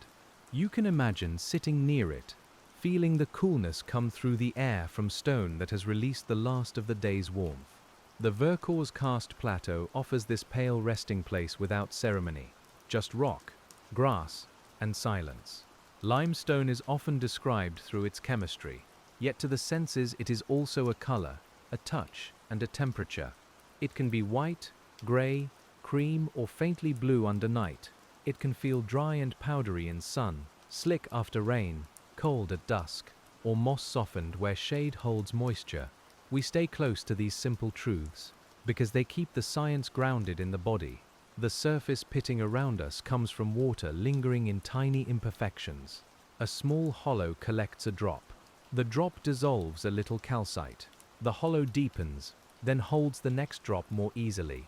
This is the same principle that shapes larger caves and sinkholes, repeated at a scale small enough for your fingertips. The plateau's grand underground architecture begins with such delicate touches. You can let your fingers trace an imagined groove, slowly enough to feel its curves. The stone does not feel manufactured or intentional, yet it has a kind of quiet order. Water finds paths, roots find openings, lichen finds exposed surfaces, wind finds edges. Everything here is shaped by contact over time, and every contact leaves the world slightly more particular. Around the rock, the meadow remains still. Dew darkens the lower stems. A faint breeze arrives, then leaves. The smell of herbs returns when your hand brushes the grass, soft and dry above the mineral cold. We do not need anything more complicated than this. The Vercors Karst Plateau is present in the simple meeting of skin, air, plant, and stone. And as the rock cools further beneath the stars, we let our attention drift toward the high plateau's broader silence, where distance itself feels soft. From the higher ground, the plateau is not flat, but gently layered into ridges, basins, forest patches, and open grass. In moonlight, these forms become less separate. The dark forest flows into darker hollows, and pale limestone gathers along the rises. You and I stand in that softened geometry, feeling the Vercors Karst Plateau become a single quiet presence around us. The broader landforms owe their shape to many processes working together. Uplift raised the limestone, fracturing opened roots for water. Dissolution formed karst features, surface erosion cut valleys and exposed cliffs. Frost and gravity refined edges. Plants slowed soil loss and added organic acids to water. None of these processes acts alone, and none needs to hurry. Together, they make the plateau's long breathing form. You can hear almost nothing from this place, and that near silence has texture. It includes distant air moving along slopes, the occasional brush of grass, the faint settling of leaves, and the muted sound of your own breath. The quiet is not blank. It is made from sounds so small that they let the mind release its grip on sharper things. We rest with that hush. There is a comfort in landscapes that do not perform for us. The Vercors does not need to be dramatic to be vast. It holds its caves underfoot, its springs at the edges, its forests in shadow, and its meadows under dew. The longer we remain, the more the plateau's calm becomes evident. Not as emptiness, but as a deep and generous stillness. The stars above seem to make the limestone feel older. They bring distance into the scene, and the stone answers with its own depth of time. Between them, your body is warm, breathing, temporary, and quietly welcomed by the night. We do not make anything sharp from that thought. We let it be soft, because the land is soft with darkness, and the moment asks for nothing. And as the high silence gathers around us, we begin to sink again through memory, from starlit meadow toward the cool mineral rooms below. The imagined descent is gentle, like following a thread of cold air into the earth. The surface sounds fade first, then the smell of grass gives way to wet limestone and clay. The temperature steadies. The darkness becomes complete, but not heavy. Beneath the Vercors Karst Plateau, the cave world receives us in thought, with the same patience it gives to water, minerals, roots, and time. A passage narrows, then widens. The floor slopes slightly, marked by old flow channels and patches of settled sediment. Somewhere ahead, water moves, but softly, without urgency. The walls are not bare in a simple way. They carry films of moisture, mineral stains, small scalloped shapes from past currents, and places where calcite has slowly gathered into pale surfaces that seem almost smooth. Scallops in cave walls can record the direction and strength of flowing water. Their shapes are made by currents that once filled or partially filled the passage. In this way, the stone remembers movement even after the flow has changed. We let that thought pass slowly, because it is calming to imagine rock keeping such careful records without language, without hurry, without any need to be seen. You may feel the cave air as cooler around the forehead and hands. It is steady, protected from the quick changes of the surface. The smell is simple and deep: water, mineral clay, and the faint organic trace carried in from above. Every breath seems to travel farther inside you here, as if the body itself has become a chamber where sound can soften and fade. There is life here, though most of it remains beyond easy notice. Pale, slow-moving creatures may live in wet sediments or pools, adapted over generations to darkness. They do not need eyes as surface animals do. They read the world through touch, vibration, and chemistry. The cave is not empty, only quiet in a way our ordinary senses must learn to respect, gently and slowly. We do not disturb that quiet. We move as if made of listening. The water continues somewhere nearby, and each drop seems to return the whole plateau to itself. Above us are meadows and forests. Around us are stone and dark. Within this cool interior, the Vercors Karst Plateau becomes less a place to view and more a place to inhabit in stillness. And as the passage lowers again, the sound of hidden water grows broader, carrying us toward another underground stream. This stream is not large in our imagining, but it fills the passage with presence. It moves over pale gravel and rounded stones, making a low, continuous murmur that wraps around the walls. The water is cold, clear, and without surface light, yet it carries the plateau within it. Soil, rain, limestone, snowmelt, and time have all become part of this flowing dark. Underground streams in Karst can change quickly after storms, though their ordinary movement may seem calm. Some routes transmit water rapidly through conduits. Others store it in smaller fractures, releasing it more slowly. The Vercors Karst Plateau contains this complexity below its quiet surface, and tonight we receive only the gentlest version, a soft current traveling through stone at a sleep-like pace. You can imagine touching the water and feeling how cold it is. Not sharp, just pure and steady, as though the cave has kept it away from the heat of the day. The sound of it moving over gravel is layered: tiny taps, low swirls, faint slips around edges. In the dark, the ear makes a landscape from those sounds, and the mind can rest inside that soundscape. The stream shapes the passage as it travels. It dissolves limestone where chemistry allows, carries sediment where current is strong enough, and deposits material where the flow slows. Over long periods, the floor lowers, banks form, and side passages may be abandoned or reoccupied. Nothing about this has to be dramatic. It is the slow making of space, the water's steady practice of room. Beside the stream, clay may settle in smooth banks. Fine sediment records calmer periods, while coarser gravel tells of stronger flows. Mineral films may coat stones with pale sheen. If faint light existed here, you would see subtle colors: cream, gray, brown, and translucent white, all softened by moisture. Without light, we know them by texture, coolness, and the patient sense of nearness. You and I follow the current only as far as sleep allows. The stream does not require our attention to continue. It has moved before us, and it will move after us. guided by gravity and limestone structure through the hidden body of the plateau. That continuity is restful. It means the world can keep its gentle processes while you let go, while you drift. And as the stream bends beyond hearing, we rise slowly through the stone again, returning toward night air and the soft surface of the plateau. The first sign of the surface is not light, but a change in air. It becomes less steady, more touched by wind, carrying hints of grass and leaves instead of only wet mineral darkness. Then the scent of soil returns. Then the open coolness of night touches the face. We emerge in thought onto the Vercors Karst Plateau, where the stars remain quiet above the limestone. The meadow looks almost unchanged, and that sameness feels kind. While we imagined hidden passages below, the grass kept its dew, the stone kept its pale edges, and the trees held their dark line at the horizon. The plateau does not mind our drifting attention. It has enough depth to hold wandering thought, enough stillness to welcome it back gently, and enough space to let it rest. This movement between above and below is the essence of karst.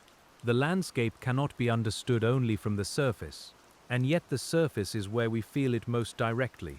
A cool draft, a dry channel, a spring, a hollow, a ribbed stone underfoot. These are the visible hints of the hidden whole. The Vercors Karst Plateau speaks in such hints, soft and patient. You can carry those hints without needing to arrange them. Let the cave be below.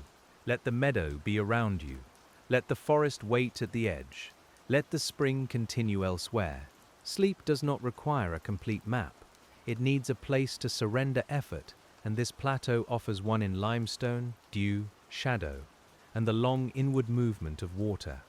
The night deepens by degrees. The grass darkens further. The limestone loses even its silver and becomes shape more than color. Your breathing remains the closest sound. We stand quietly where surface water once passed, where future rain will pass again, and where the hidden roots below are ready to receive whatever the sky gives.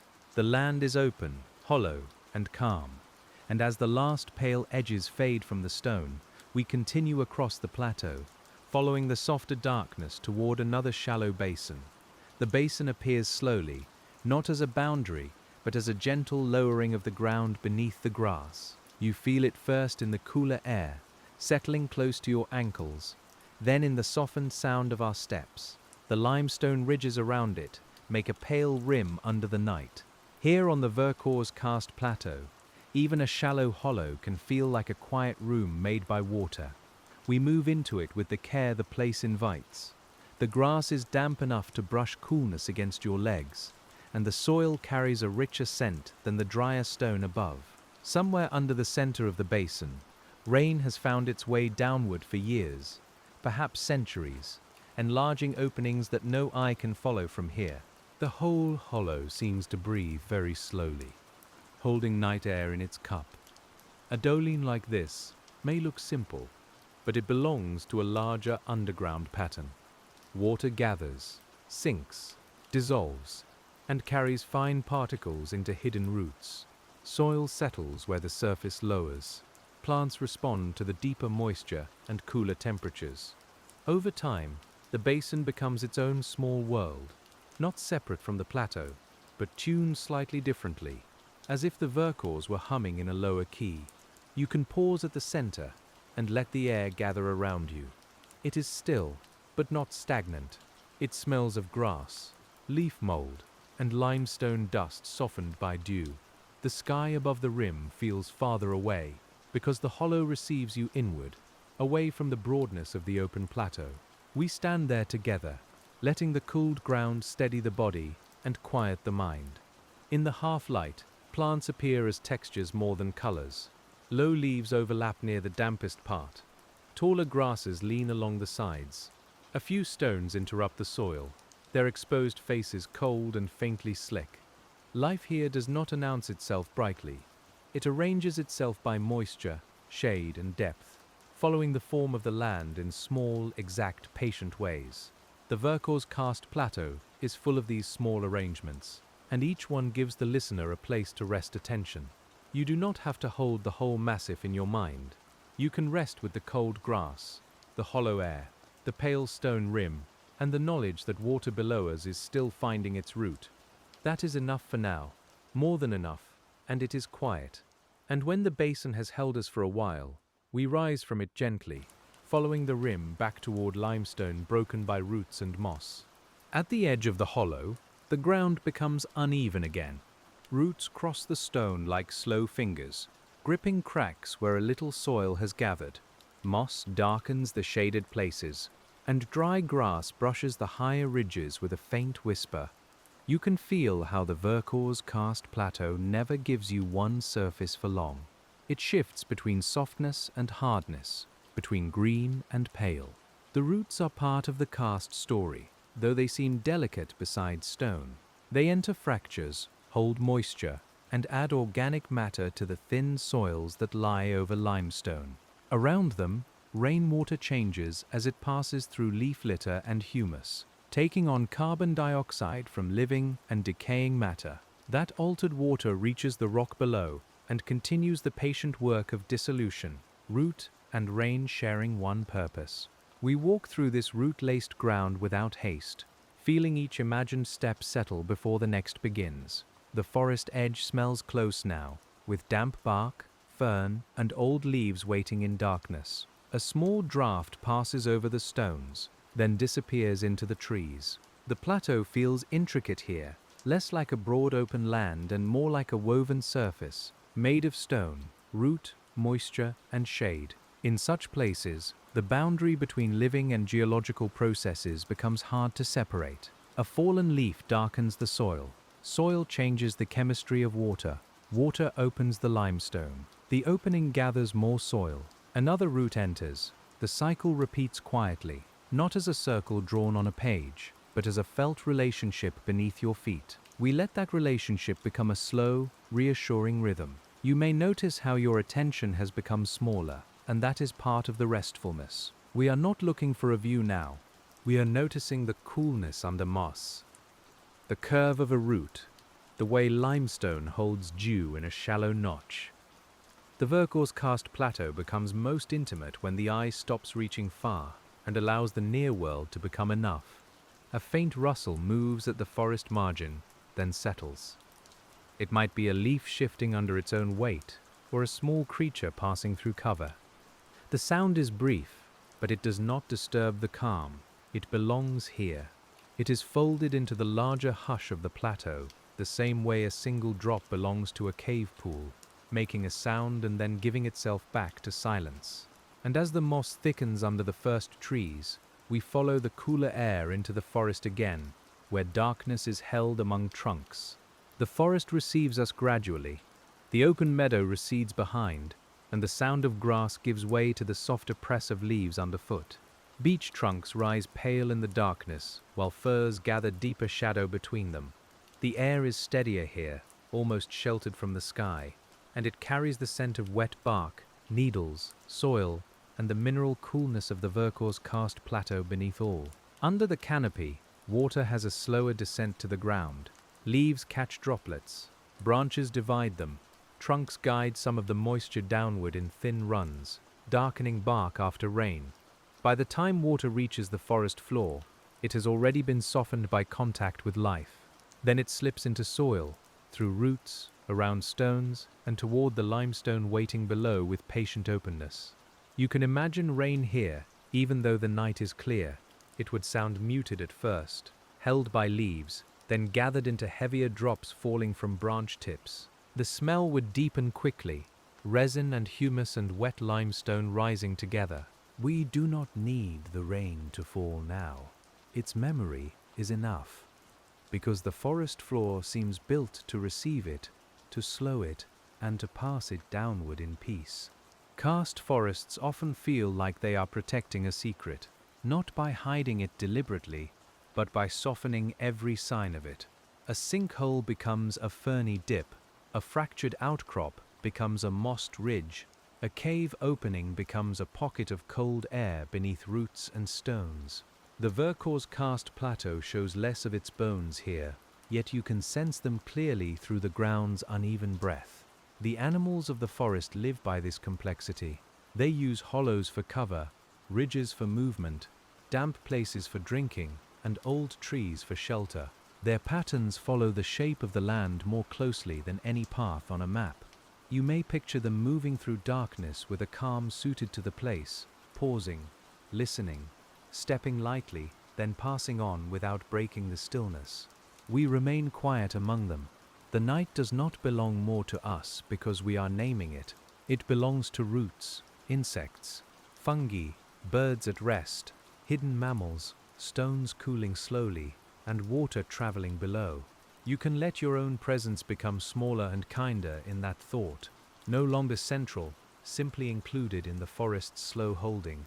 And deeper among the trees, where the ground dips once more, we find the cool breath of another hidden opening. The opening is mostly shadow. It lies between limestone blocks, partly veiled by leaves and moss, with cold air resting around it. You feel it before seeing it, a narrow current against the face and hands, steadier than the forest breeze. The Vercors Karst Plateau often speaks this way, through temperature first, then darkness, then the quiet knowledge that the mountain continues beneath the roots. We do not enter. We simply stand close enough for the cave's breath to meet the forest air. The contrast is delicate.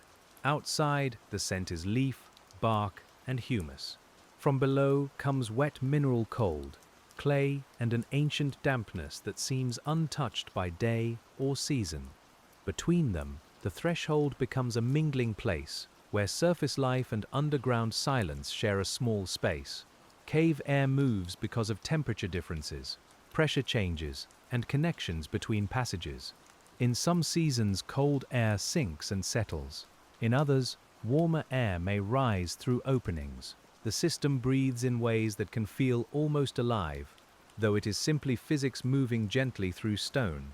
You can rest with that thought, the mountain inhaling and exhaling so slowly that the motion becomes calm. At the rim, moss grows thick where moisture stays reliable. Small roots reach down toward the coolness. Leaves gather in crevices and darken as they decay. Their organic matter may feed tiny organisms near the entrance, and water may carry traces farther inward. Even here, at the edge of darkness, life leans into the cave's climate, accepting what the limestone offers with patience. You might hear a drop inside, though it is difficult to know how far away. The sound slips out of the opening thinly, changed by bends in the passage. It reaches us like a memory of water rather than water itself. We listen without trying to locate it. The uncertainty is soothing, because the hidden world remains hidden, and we are allowed to let it remain unknown. The forest around the opening seems quieter because of it. The trees stand over a depth they do not need to explain. Their roots hold the surface while water below keeps moving. The Vercors Karst Plateau becomes layered again, canopy above, soil beneath, limestone below, passage within, and a soft, cold breath linking them all in darkness.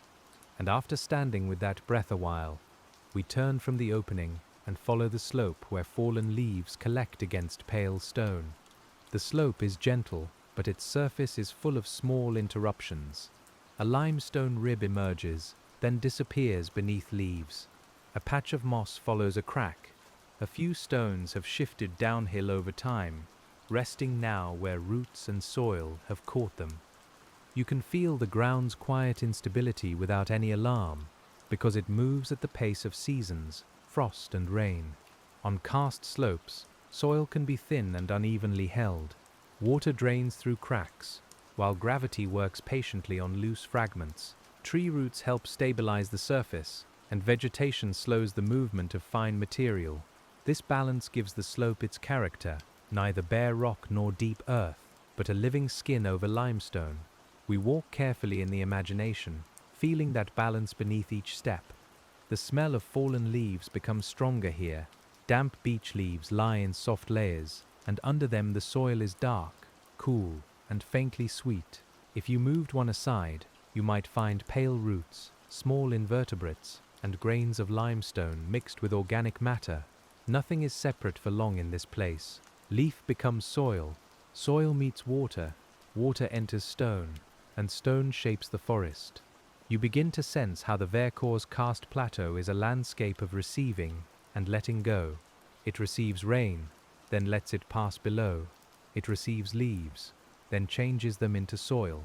It receives cold air in hollows, then releases it with morning warmth. The rhythm is almost like breathing, but slower, wider, and made from many small processes touching one another in quiet. We pause where the slope levels briefly. Through branches, a small piece of sky appears, dark blue and deep. The forest smell surrounds us, and the limestone under the leaves gives a faint coolness through the ground. You may feel your thoughts leveling too, no longer running downhill, no longer trying to hold their shape. They rest like leaves against stone, softened by night. A few drops of moisture fall from the canopy, though there is no rain. Condensation perhaps, or old dew shaken loose by a faint movement of air. The drops land with barely audible touches on leaves below. Such small sounds are enough here. They remind us that even in stillness, the landscape is continuing, adjusting, exchanging, and settling into itself. And as the slope eases toward another opening in the trees, the smell of grass returns, drawing us gently back into the meadow. The meadow beyond the forest is darker than before, but the dew makes it shine in low places. Grass brushes softly against your imagined steps, and the limestone beneath appears in pale patches, like old moonlit islands. We move slowly onto the open ground of the Vercors Karst Plateau, and the air widens around us again, cooler on the face, lighter in the lungs. The change from forest to meadow changes the water's story as well. Without the canopy, rain reaches the ground more directly. It may run briefly across exposed stone, collect in shallow grooves, or disappear into cracks between limestone slabs. Where soil is thin, plants depend on quick absorption and careful storage. The surface looks quiet, but every storm writes new temporary lines across it, then lets them fade. You can picture those lines after rain, silver threads moving over pale rock. Some would enter grooves worn by many earlier storms. Some would gather in tiny pans, reflecting sky until they drain or evaporate. Some would vanish almost at once into fissures hidden by grass. The Vercors Karst Plateau handles water with a kind of discretion, showing it briefly, then taking it inward again through stone. Now, in the dry night, only the forms remain. The channels are empty. The basins are still. The cracks are dark. Yet the memory of water is everywhere, and that memory gives the meadow a quiet depth. You do not need actual rain to feel it. The limestone's shape is enough. The coolness in hollows is enough. The scent of damp grass under stars is enough. Small flowers that were open in daylight have softened into shadow. Their colors are gone, but their forms remain close to the ground, folded or turned with the night. Insects rest among them. Seeds wait. Roots continue their hidden contact with soil and rock. The meadow appears asleep, yet it is still alive in all the small ways that do not need brightness or movement. We stand in that living stillness and let the open air slow us further. Above, the stars hold their distance. Below, the karst holds its passageways. Around us, grass and limestone share the cool night.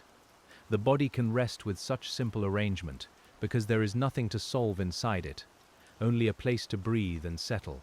And from the meadow's center, we follow a dry channel that curves quietly toward the plateau's shadowed edge. The dry channel is shallow, barely more than a soft crease in the grass and stone. It carries no water tonight, but its path is clear once you notice it. The grass grows slightly thicker along its floor, and small stones lie rounded where flow has moved them in wetter times. On the Vercors Karst Plateau, even absence can have a visible shape, and this empty channel is a form of memory. Dry valleys and temporary flow paths are common in karst, because drainage can shift underground. Water may once have moved more often at the surface, or may appear here only during heavy rain and snowmelt. Then, As openings below enlarge, flow disappears into the limestone before it can travel far above ground.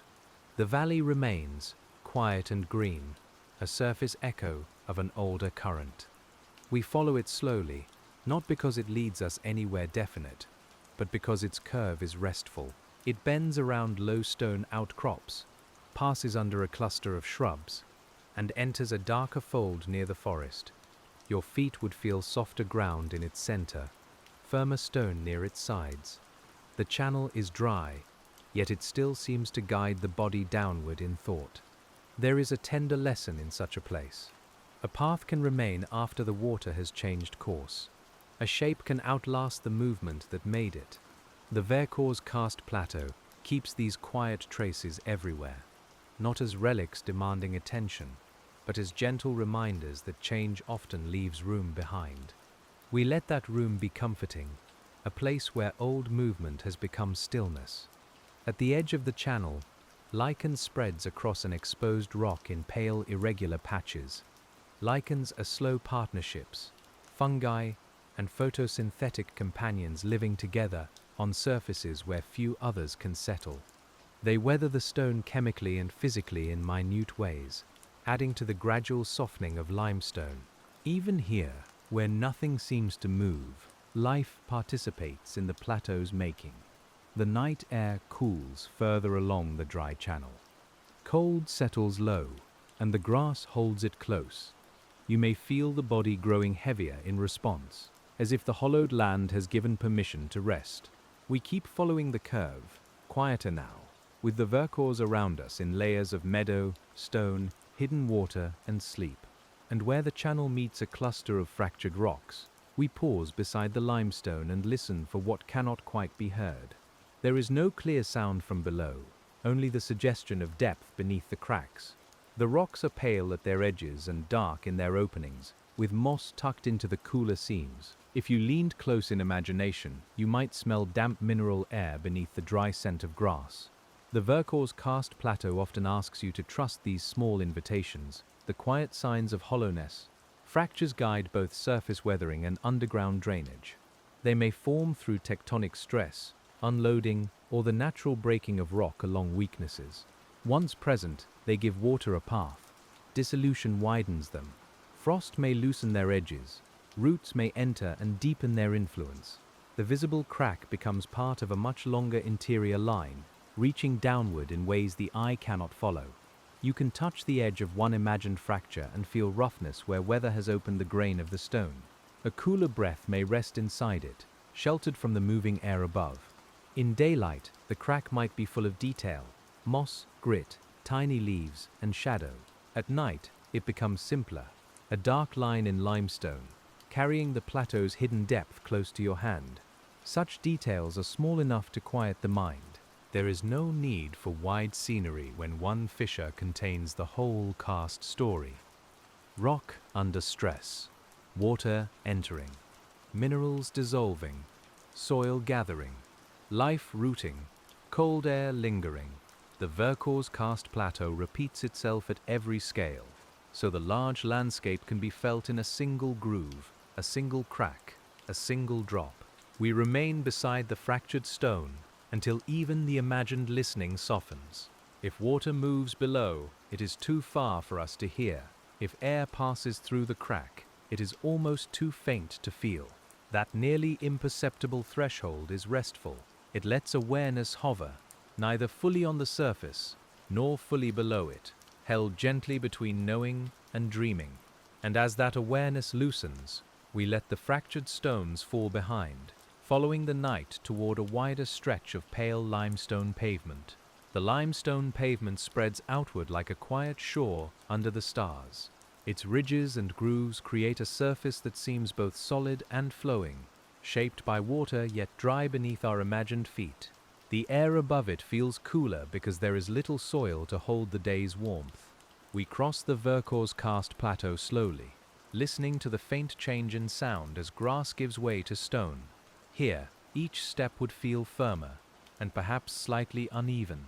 The grooves can guide the foot, while rounded ridges lift beneath the sole. In the dark, your body would move carefully, but not tensely, learning the surface by weight and balance. The stone asks for presence, and presence becomes calming when nothing pushes you onward.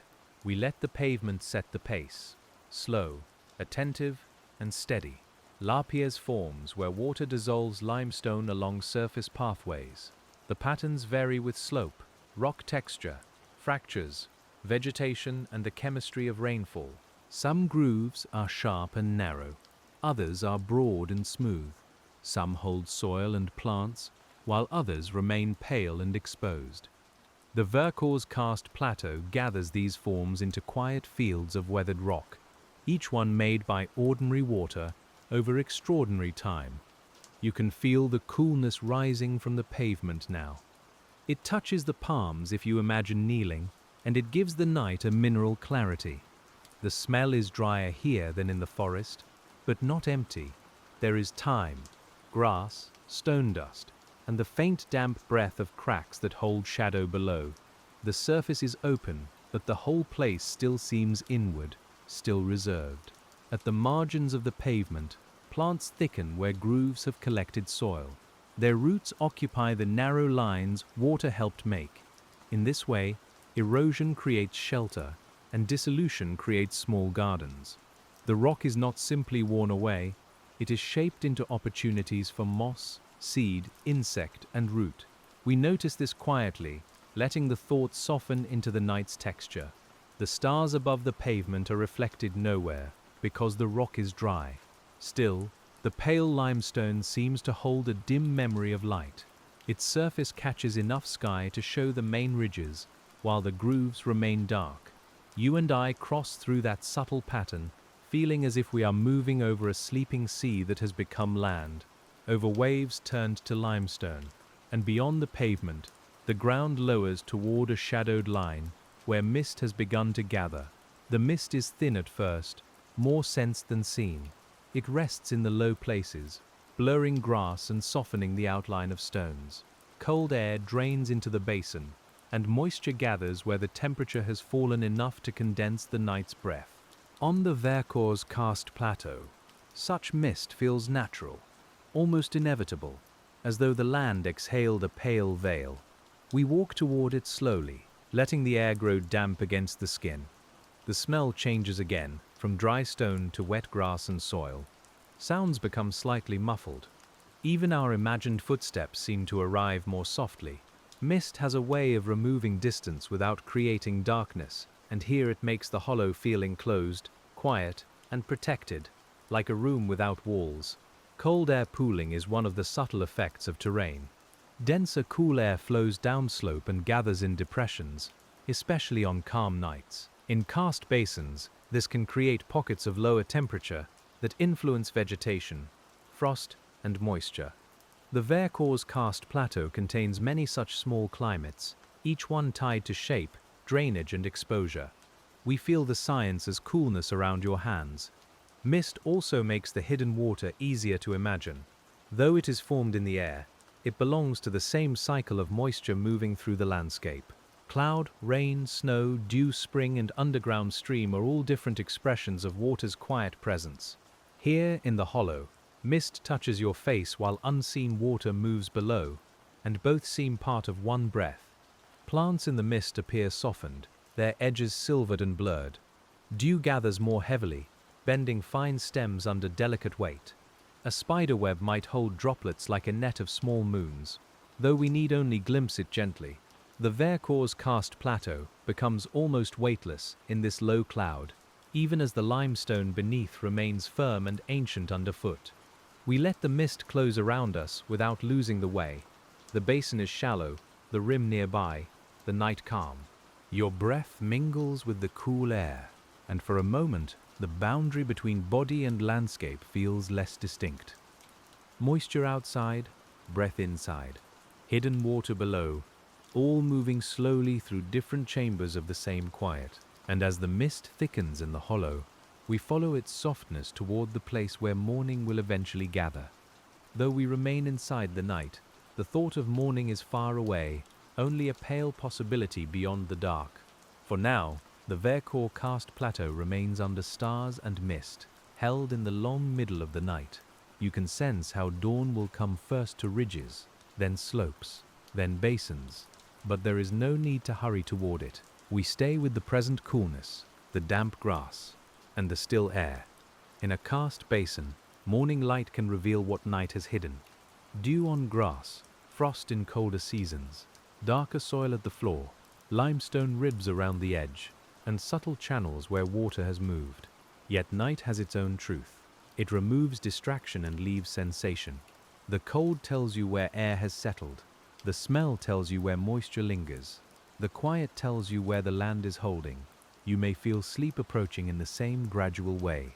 First the edges of thought blur, then the brighter details soften, then only a few steady impressions remain.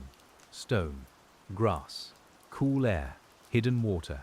We fold those impressions into longer breathing, letting them replace the busy surface of the mind. The plateau's karst body becomes a place to descend without falling, to rest without ending. The Vercors does not close around us. It opens below us. That is the paradox of karst, and it is gentle when understood slowly. The more the rock dissolves, the more space it makes. The more water disappears, the more connected the landscape becomes. Hidden passages, springs, hollows, and caves are all forms of openness, made quietly within what appears solid and still. The mist moves a little, perhaps stirred by a breath of air crossing the basin rim. Grass appears and disappears in soft patches. A stone near your feet becomes briefly pale, then fades again. Nothing changes quickly enough to wake the mind. The scene is made of gradual transitions, and we follow each one at the Vercors Karst Plateau's own pace. And when the mist begins to thin along the upper edge of the hollow, we drift back toward the higher ground, carrying its coolness with us. The rise out of the basin is slight, but you feel the air change as we climb. It becomes a little drier, a little more open, with the faint scent of herbs returning from the stony ground. Behind us, the mist remains pooled below, while ahead the limestone pavement waits under stars. We move slowly, letting the body remember the hollow's coolness as a soft weight. Higher ground on the plateau often sheds water quickly. Rain that falls here may run only briefly before entering cracks or flowing toward a depression. Thin soils dry sooner, and plants adapt to cycles of moisture and scarcity. The result is a landscape that looks restrained, but is full of quiet strategies. Every root, leaf, and stone surface participates in the careful use of water. You can feel that restraint in the air. It is clean and spare, not empty, but uncluttered. The scent of dry grass is faint. The limestone gives back the night's cold. The sky opens above without pressing down. We stand on the higher part of the Vercors Karst Plateau and let the mind become simple again, resting on cool stone, open air, and silence. Far below, beyond where we can see, springs may continue to run. Far beneath us, narrow waters may still be moving through conduits. Around us, however, the surface seems almost dry, almost sleeping. This contrast is part of the plateau's beauty. It holds abundance out of sight. It lets the visible world remain spare while the hidden one keeps flowing, steady and clear. The rocks here are grooved by rain, but the grooves are empty now. You can imagine placing a drop of water at the top of one channel and watching it choose its way downward, drawn by gravity into deeper shade. Such a simple motion has shaped miles of underground passage over time. A drop follows a line, then another follows, and eventually the mountain makes room. We do not follow that drop tonight. We let it go. Its imagined path can continue without us, slipping into cracks, passing under roots, and joining the dark water below. Letting it go is part of the calm. The Vercors Karst Plateau does not ask us to track every movement. It only asks us to trust the quiet continuity of flow. And as that unseen drop travels inward, we turn toward the forested ridge where the night wind moves softly through fir and beech. The ridge is not high in a dramatic way, but it lifts enough to change the feeling of the air. Wind touches it first, moving through branches with a low, woven sound. Beech leaves answer with a broad hush, while fir needles give a finer whisper beneath. You and I stand at the edge of the trees, feeling the Vercors Karst Plateau gather wind, shadow, and scent. Ridges in karst landscapes can expose the structure of the limestone more clearly. Rock may lie closer to the surface, soil may be thinner, and fractures may influence the way trees root and water drains. On one side, moisture may linger in a hollow. On another, dry stone may warm quickly in daylight. Even a modest rise creates differences that life reads closely, with root, seed, and leaf. The wind carries the smell of resin from the firs. It carries dampness from the forest floor and a mineral trace from exposed stone. Against your skin, it feels cool, but gentle, a movement rather than a chill. We follow it between trunks, where the darkness is denser, and the ground slopes just enough to guide the body onward without needing thought. The ridge becomes a slow pathway. Underfoot, stones shift from pale exposed surfaces to leaf-covered shapes. Some are loose fragments broken by frost and weather. Others belong to the bedrock itself, rising through the thin soil. The difference may be hard to see in the dark, but you could feel it through balance and contact. Karst teaches the body to listen downward, to feel the unseen with each step. The trees thin near the crest, and a small view opens through branches. Below, the plateau lies in dark layers: meadow, basin, forest, and limestone, all softened by distance. The pattern is calm because it is continuous. Nothing feels isolated. Each part passes into another, just as water passes from cloud to soil to stone to spring. We rest there, breathing with the whole, and beyond the ridge, the ground descends into a shaded woodland, where the soil feels deeper and the air grows damp again. The descent into the woodland is barely a descent, but the senses know it. The air loses some wind, the scent of humus becomes stronger, leaves underfoot feel softer, and the limestone appears less often, hidden by deeper soil and moss. In this sheltered part of the Vercors Karst Plateau, the night seems closer to the skin, quieter and more green. Deeper soil can collect where the terrain allows fine material to remain. In hollows, behind roots, and along gentle slopes, organic matter builds over time. This soil may still be interrupted by limestone below, but it gives trees and understory plants a more generous place to root. The karst is not absent here. It is simply veiled, working beneath the forest's thicker cover. You may notice the smell of fungi in the dampness, earthy and faintly sweet. Fungi help break down wood and leaves, returning nutrients to the soil, connecting trees through delicate underground threads. Their work belongs to the same hidden order as the water below, unseen, essential, and slow.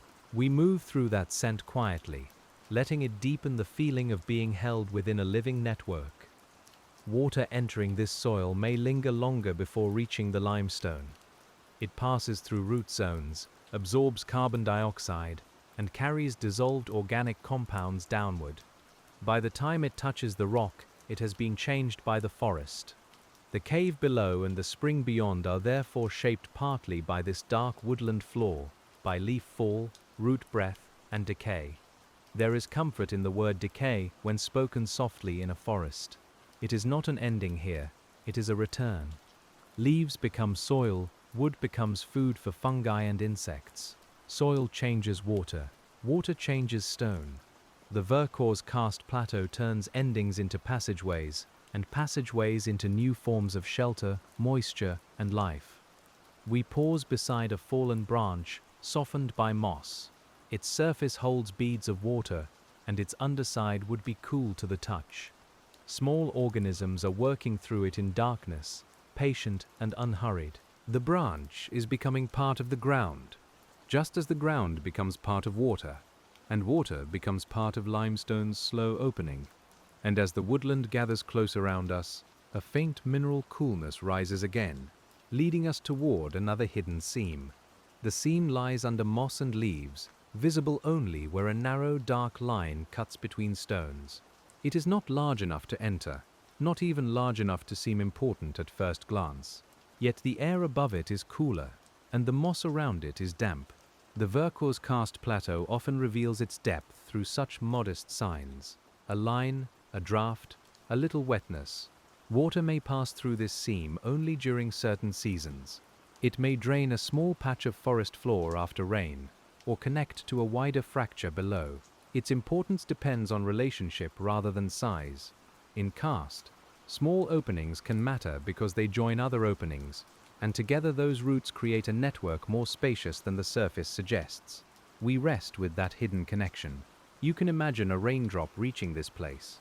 It falls from a leaf tip, lands in moss, passes through dark soil, and finds the seam beneath. For a time, it moves in contact with roots and grains and limestone edges. Then it slips lower, joining other drops in a darkness neither empty nor crowded, but quietly organized by the rock's old structure. The scent near the seam is wonderfully still.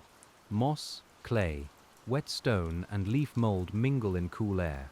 If you place your hand near it in imagination, you feel no dramatic gust, only a slight difference, a steady coolness that tells of space below. That faintness is enough.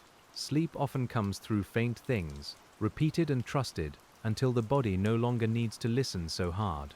Around us, the woodland remains softly alive. Roots drink. Leaves breathe. Insects settle. Moisture clings to bark. The seam waits beneath all of it, carrying whatever water comes. We keep our attention low and gentle, allowing the Vercors Karst Plateau to become a place not of grand openings, but of small thresholds, each one leading inward toward quiet.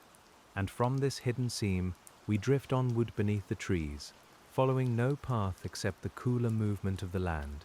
The ground begins to rise again, and the leaf litter thins over stonier soil. You feel limestone nearer to the surface, lifting the roots and shaping the way moss grows.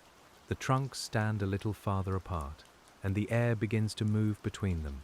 We are still in the Vercors Karst Plateau's deep calm, still held by forest, but the open ground is beginning to return with lightness. In places where limestone lies shallow, trees may grow more slowly or root more irregularly.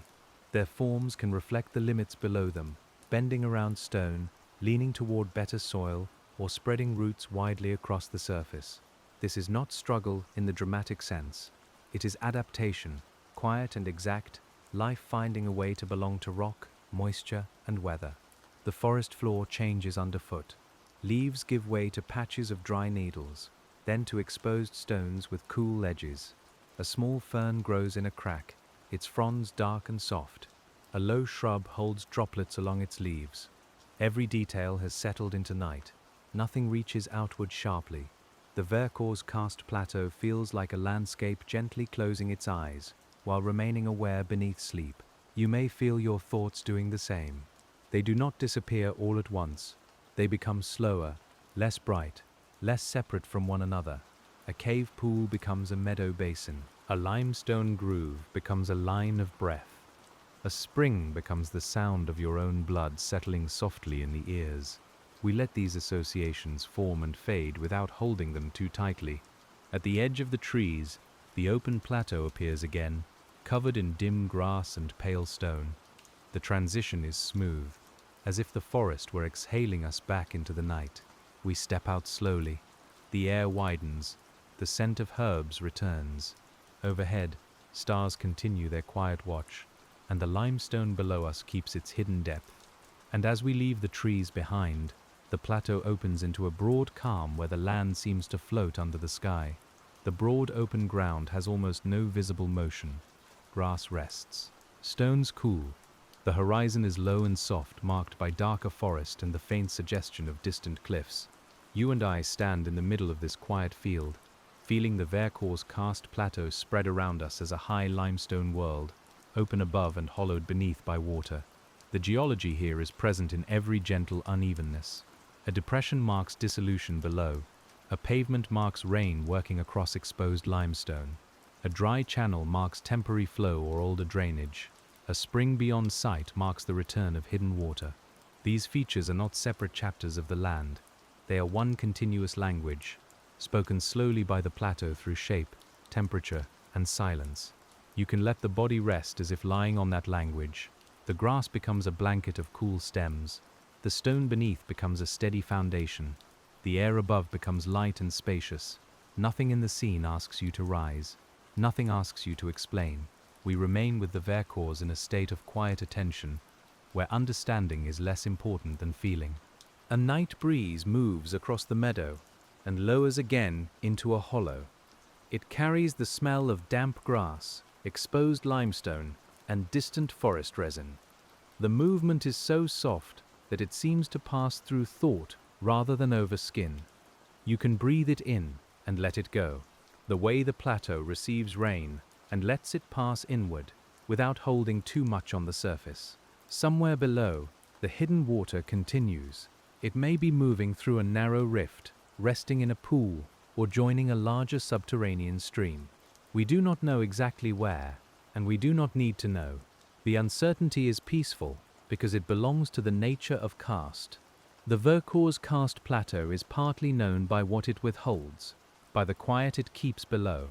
And as the breeze fades, we follow the imagined water once more, letting the meadow above us soften into darkness as the limestone opens inward. The descent this time feels slower than before. We are not entering a visible cave mouth, but sinking through the idea of water's route, from grass to soil, from soil to crack, from crack to passage. The temperature cools in the mind. The scent of herbs becomes clay and calcite.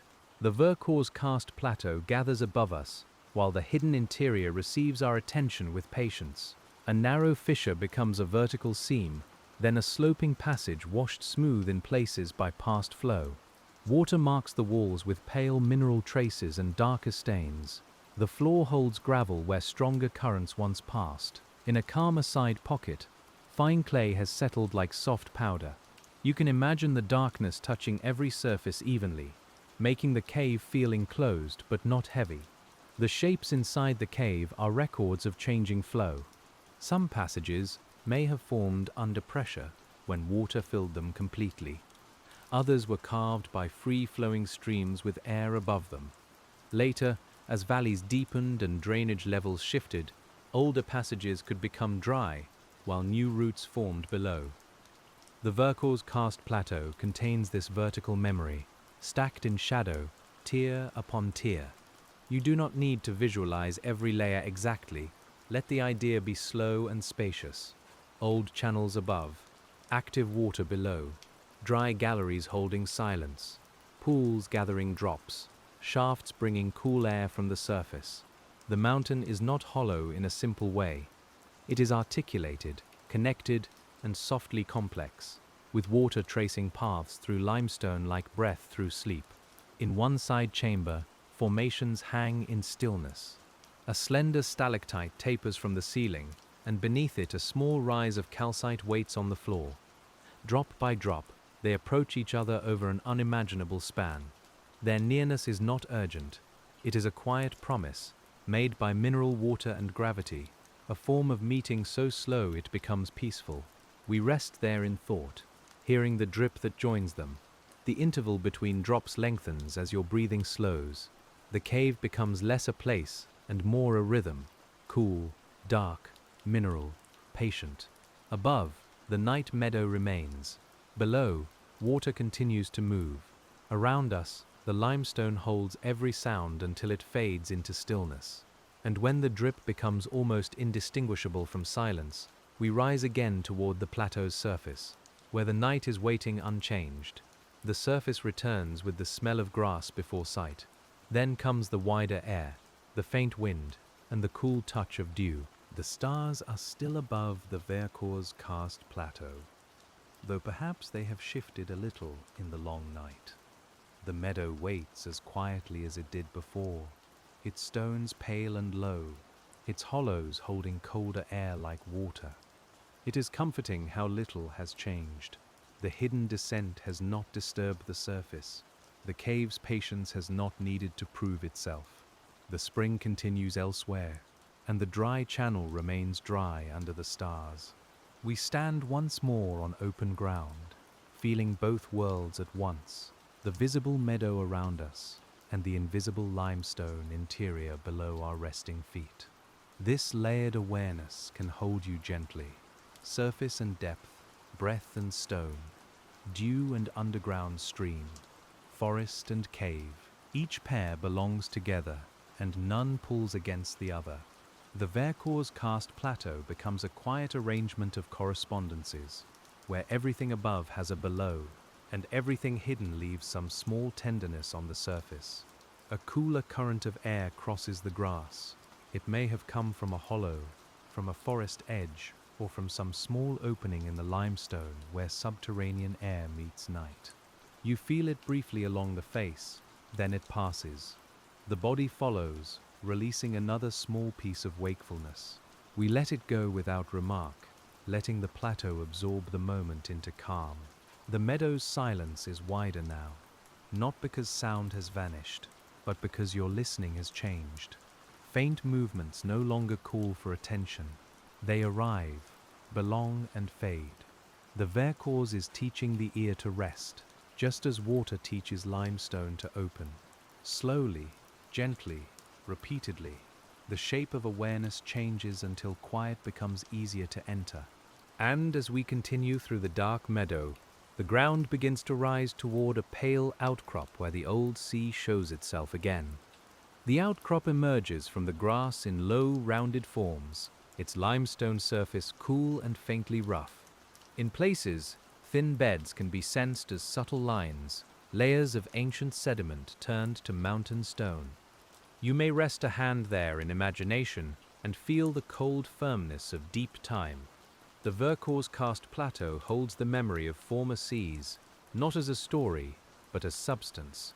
Those ancient sediments accumulated in marine environments over long periods, then were compacted, cemented, lifted, fractured, and exposed. Now rain and snow work across them under mountain weather. It is a beautiful reversal. Water once laid the rock down. Water now takes it slowly apart. Between those two acts, the land rises under stars, quiet, weathered, and full of hidden rooms. You can breathe with that reversal for a moment. Inhale, the old sea becoming stone. Exhale, the stone becoming water-borne mineral again. The process is too large to grasp completely, but the body understands cycles through breath. We let the Vercors Karst Plateau become a slow breathing of earth materials.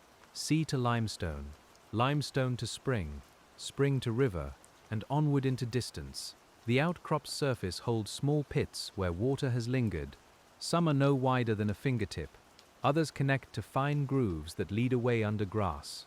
At night they hold darkness like tiny wells. You can imagine rain collecting there tomorrow, or weeks from now, beginning again the quiet chemical touch that has shaped this entire plateau with care. Lichen grows on the exposed stone in pale crusts. It does not hurry. It lives with light, moisture, minerals, and air, creating a slow partnership that can weather rock grain by grain. In the dark, we see only its softened outline, but we can sense its patience. Life on stone teaches the same lesson as water in caves, that small, repeated presence can alter even what seems fixed. We leave the outcrop as gently as we found it, not needing to take anything from it. The old sea remains under grass, the limestone remains cool in the night, the hidden water remains in motion below. You remain here, breathing slowly, while the Vercors Karst Plateau continues its long transformation without needing witness, and that thought is restful. And beyond the outcrop, the meadow slopes toward a stand of trees where the darkness gathers in deep, soft layers. The trees stand close together, their trunks dark at the base and paler where the sky touches them.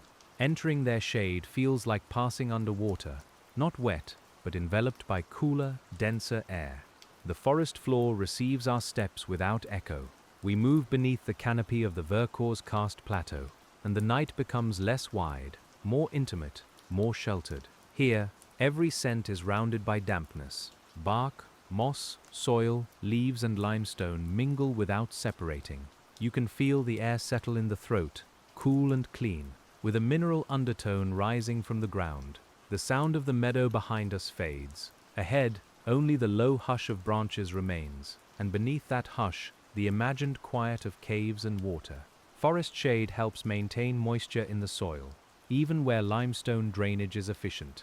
It slows evaporation, protects seedlings, and moderates temperature near the ground. In return, the soil and vegetation alter the water that enters the karst, enriching it with carbon dioxide and organic acids that help dissolve limestone. The plateau's living cover and mineral body are linked so closely that they seem to share one breath. You may picture fine roots pressing against limestone below the leaf litter. They search along cracks, enter pockets of soil, and hold the surface together through rain and thaw. Larger roots curve around stones, accepting the shape they meet. This acceptance is not passive, it is active belonging, the kind that changes a place by staying with it, season after season, in quiet. A small clearing opens within the trees, filled with ferns and low growth. The air is colder there, perhaps because the ground dips slightly, or a hidden crack breathes nearby. Dew gathers along the fern edges. The limestone beneath is mostly covered, but its presence is felt in the slope, the drainage, and the cool mineral undertone of the air. We stand among the ferns and let their shapes soften in the dark. They seem older than the night around them, fronded and quiet, thriving where shade and moisture meet. Water beads on them, then slowly slides toward the soil. From there it may pass below, joining the hidden roots of the Vercors Karst Plateau, continuing the descent in a form too small to hear. And as the fern hollow darkens behind us, we follow the forest floor toward the sound of another distant seep. The seep is barely a sound, more a change in dampness than a stream. Water emerges from the slope in small amounts, enough to darken soil and feed moss, not enough to run loudly. You sense it by the smell first, wet mineral earth with a green softness around it. In the Vercors Karst Plateau, even the smallest emergence can reveal the hidden movement of water. Seeps often occur where underground flow meets less permeable layers, fractures, or changes in slope that bring moisture near the surface. They may be seasonal, swelling after rain or snowmelt and fading in dry periods. The science is subtle, and so is the place. There is no gush, no bright cascade, only a damp line in the forest where the mountain speaks almost under its breath. Moss is thickest along the seep. It holds water like a sponge, softening the stones and cooling the air immediately around it. If you touched it, your fingertips would come away cold and wet. The smell would be rich, limestone, humus, fern, and the faint sweetness of decomposing leaves. We pause there, letting that damp green stillness draw the mind lower, closer to sleep. Tiny channels run from the seep through leaf litter. They may continue only a short distance before sinking again into soil or cracks. That re-disappearance feels natural here. Water emerges, touches the surface, supports a small community of moss and plants, then withdraws. The Vercors Karst Plateau lives through these quiet appearances and vanishings, each one part of the same slow cycle. You can think of the seep as a whisper from the underground stream, not the whole voice, only a soft syllable of it. It reminds the forest that depth is near. It reminds us that stillness can contain movement. The water is not loud enough to occupy the mind, only steady enough to soothe it, like a cool hand resting lightly on stone. We leave the seep without losing its sound. It stays behind as a faint inner murmur, mixing with the memory of cave drops and springs. The forest resumes around us, dark and fragrant, with roots underfoot and branches above. The Vercors Karst Plateau continues to join all these details quietly, and we continue with it, slower now, more settled. And as the seep fades into forest hush, the ground rises again toward the exposed limestone under the open sky. The return to open stone feels like emerging from a green dream. The air widens, the scent dries, and the stars appear between the last branches. Limestone lies ahead in a broad pale sheet, its grooves filled with darkness. You and I step onto it slowly, feeling the Vercors Karst Plateau hold night in every channel, every crack, every shallow hollow. This exposed surface receives weather directly. Rain strikes it, runs across it, and enters its smallest weaknesses. Sun warms it, frost tests it, and roots claim its pockets when enough soil gathers. Lichens live on it, adding delicate color by day and quiet texture by night. The pavement is not inert. It is a meeting place where atmosphere, biology, and geology touch repeatedly over time. You may feel the stone's unevenness through your feet as a kind of grounding. Each ridge asks for balance. Each groove suggests a direction. The body moves more slowly because the surface is particular, and slowness becomes restful rather than difficult. We cross the pavement as if crossing a frozen current, water's old pathways held in limestone beneath the stars. A faint breeze slides over the open rock and lowers into the grooves. The air in them remains cooler, carrying the damp memory of shaded cracks. In larger fissures, tiny plants may hide from wind, using the shelter that dissolution has made. Again, the plateau shows its quiet generosity. What water opens, life may enter. What stone withholds, moss may soften. What seems bare may become habitat. The Vercors Karst Plateau is calm because it never needs a single meaning. It is high land and old sea, dry surface and hidden water, open meadow and enclosed cave. You can drift among these meanings without choosing one. They overlap naturally, like layers of cool air in a basin, each one distinct and yet part of the same night.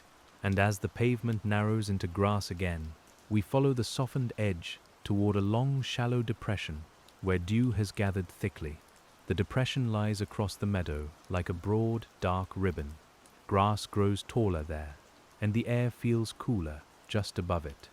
Dew clings to every blade so that even faint starlight seems to settle near the ground.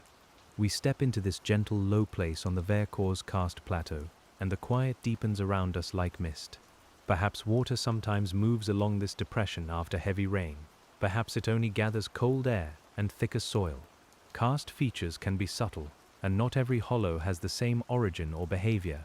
Some are shaped by dissolution below, some by surface drainage, some by combinations of soil movement, frost, and water finding roots into limestone.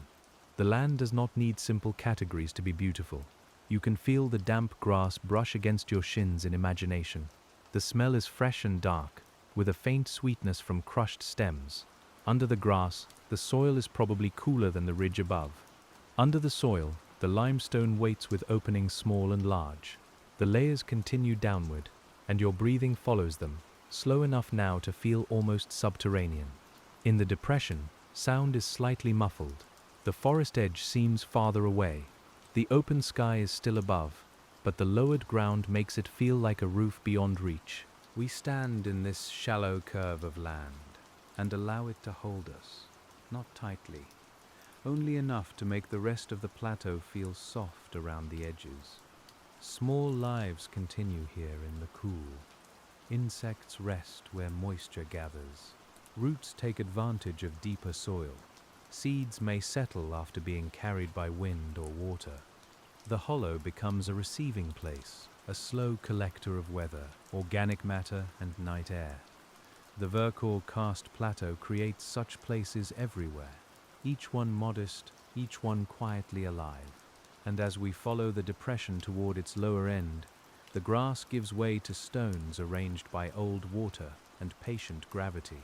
The stones lie rounded and still, some half buried, some resting loose on the damp ground. They may have been moved by temporary flow, frost heave, slope wash, or the slow settling of soil into karst openings. Their exact history is less important than their presence. You can see them dimly under the night, small pale shapes marking a place where the land has shifted. Each stone is limestone returning to motion in a different form.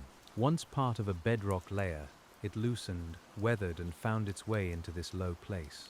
Rain may turn it, frost may lift it, soil may cover it, moss may claim it.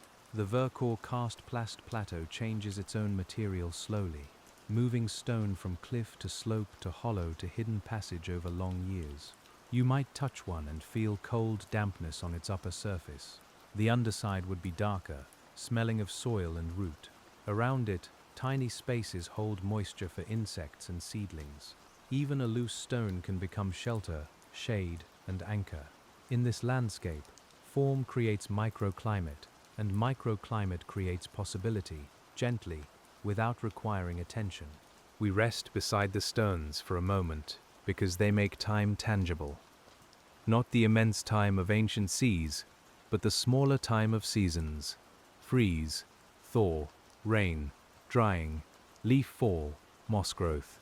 Each process has touched them, and each touch remains somehow present in their placement. The night holds these small histories without needing to tell them aloud, and that silence is kind. Beyond the stones, the depression narrows. The grass changes again. A darker patch near the end suggests a swallow point, or perhaps only deeper soil where water lingers before sinking. We approach softly, with the same respect we give every threshold here. The Vercors Karst Plateau is full of ways downward, and not all of them need to be entered. And near that darker patch, the air cools once more, hinting at a hidden route beneath the meadow. The ground here feels subtly different, as if the surface has thinned over depth. Moss grows in small mats around stones, and the grass leans inward toward the darker center. There is no open shaft, only a suggestion of drainage, a place where water may gather and pass below. On the Vercors Karst Plateau, such modest places can carry rain into the mountain's interior. Swallow points are part of karst drainage, though they vary greatly in size and visibility. Some take clear streams underground, others receive only intermittent runoff or diffuse water from soil. Their role is to connect surface weather with subterranean pathways. The science is practical and quiet. Water follows gravity, finds permeability, dissolves limestone, and joins the hidden body of the plateau, drop by drop. You can imagine rain arriving here after a long dry spell. At first, the grass would darken, small channels would form between stones. Water would gather at the low point, swirl gently among leaves, then begin to vanish into unseen openings below. There would be no drama in it, only the soft sound of wet ground receiving what the sky has given and then letting it go. Tonight, the place is still. Dew is the only visible moisture. The air is cool enough to make the skin aware of every breath. We stand near the darker patch without disturbing it, sensing how the surface and underground meet in quiet exchange. It is a threshold, yes, but also a resting place, where the landscape gathers itself before continuing downward. The Vercors Karst Plateau feels especially peaceful in these half-visible forms. A spring is clear, a cave mouth is obvious, but a subtle drain under grass asks for softer attention. It draws the mind into suggestion rather than certainty, and suggestion is gentle for sleep. You can let the unseen route remain untraced, a dark line of water beneath the meadow, and as that unseen route carries our thoughts below, we turn again toward the wide night, where the plateau's silence has grown deeper. The wide night receives us without sound, and the Vercors Karst Plateau lies still beneath the stars, its pale stone cooled, its hollows filled with deeper air. You can feel the hidden water below continuing without needing to be followed now. It moves through cracks and passages, under roots and old marine layers, carrying the quiet work of rain into darkness. We stay on the surface, where dew gathers on grass and the limestone holds its cold. There is nothing more the plateau asks you to notice. The cave breaths can fade back into the earth. The springs can keep speaking softly at the margins. The forests can hold their damp leaves and sleeping roots, while the meadows rest over their secret channels. Your body can become as still as the stone, as unhurried as the water that takes years to shape a single groove in limestone. The night air settles gently over your hands, your shoulders, your closed eyes. Somewhere below, a drop falls in a chamber we do not need to see, and somewhere above, the stars remain distant and calm. Between them, the Vercors Karst Plateau holds you in its quiet middle, not high, not deep, simply resting in the patient space between sky and underground water. The last thought can be very small now, only cool grass, pale rock, and a hidden stream moving on in darkness. Let the surface soften, let the hollow hold its mist, let the old limestone keep its slow, secret breathing beneath you. Nothing here hurries, and nothing here calls you back.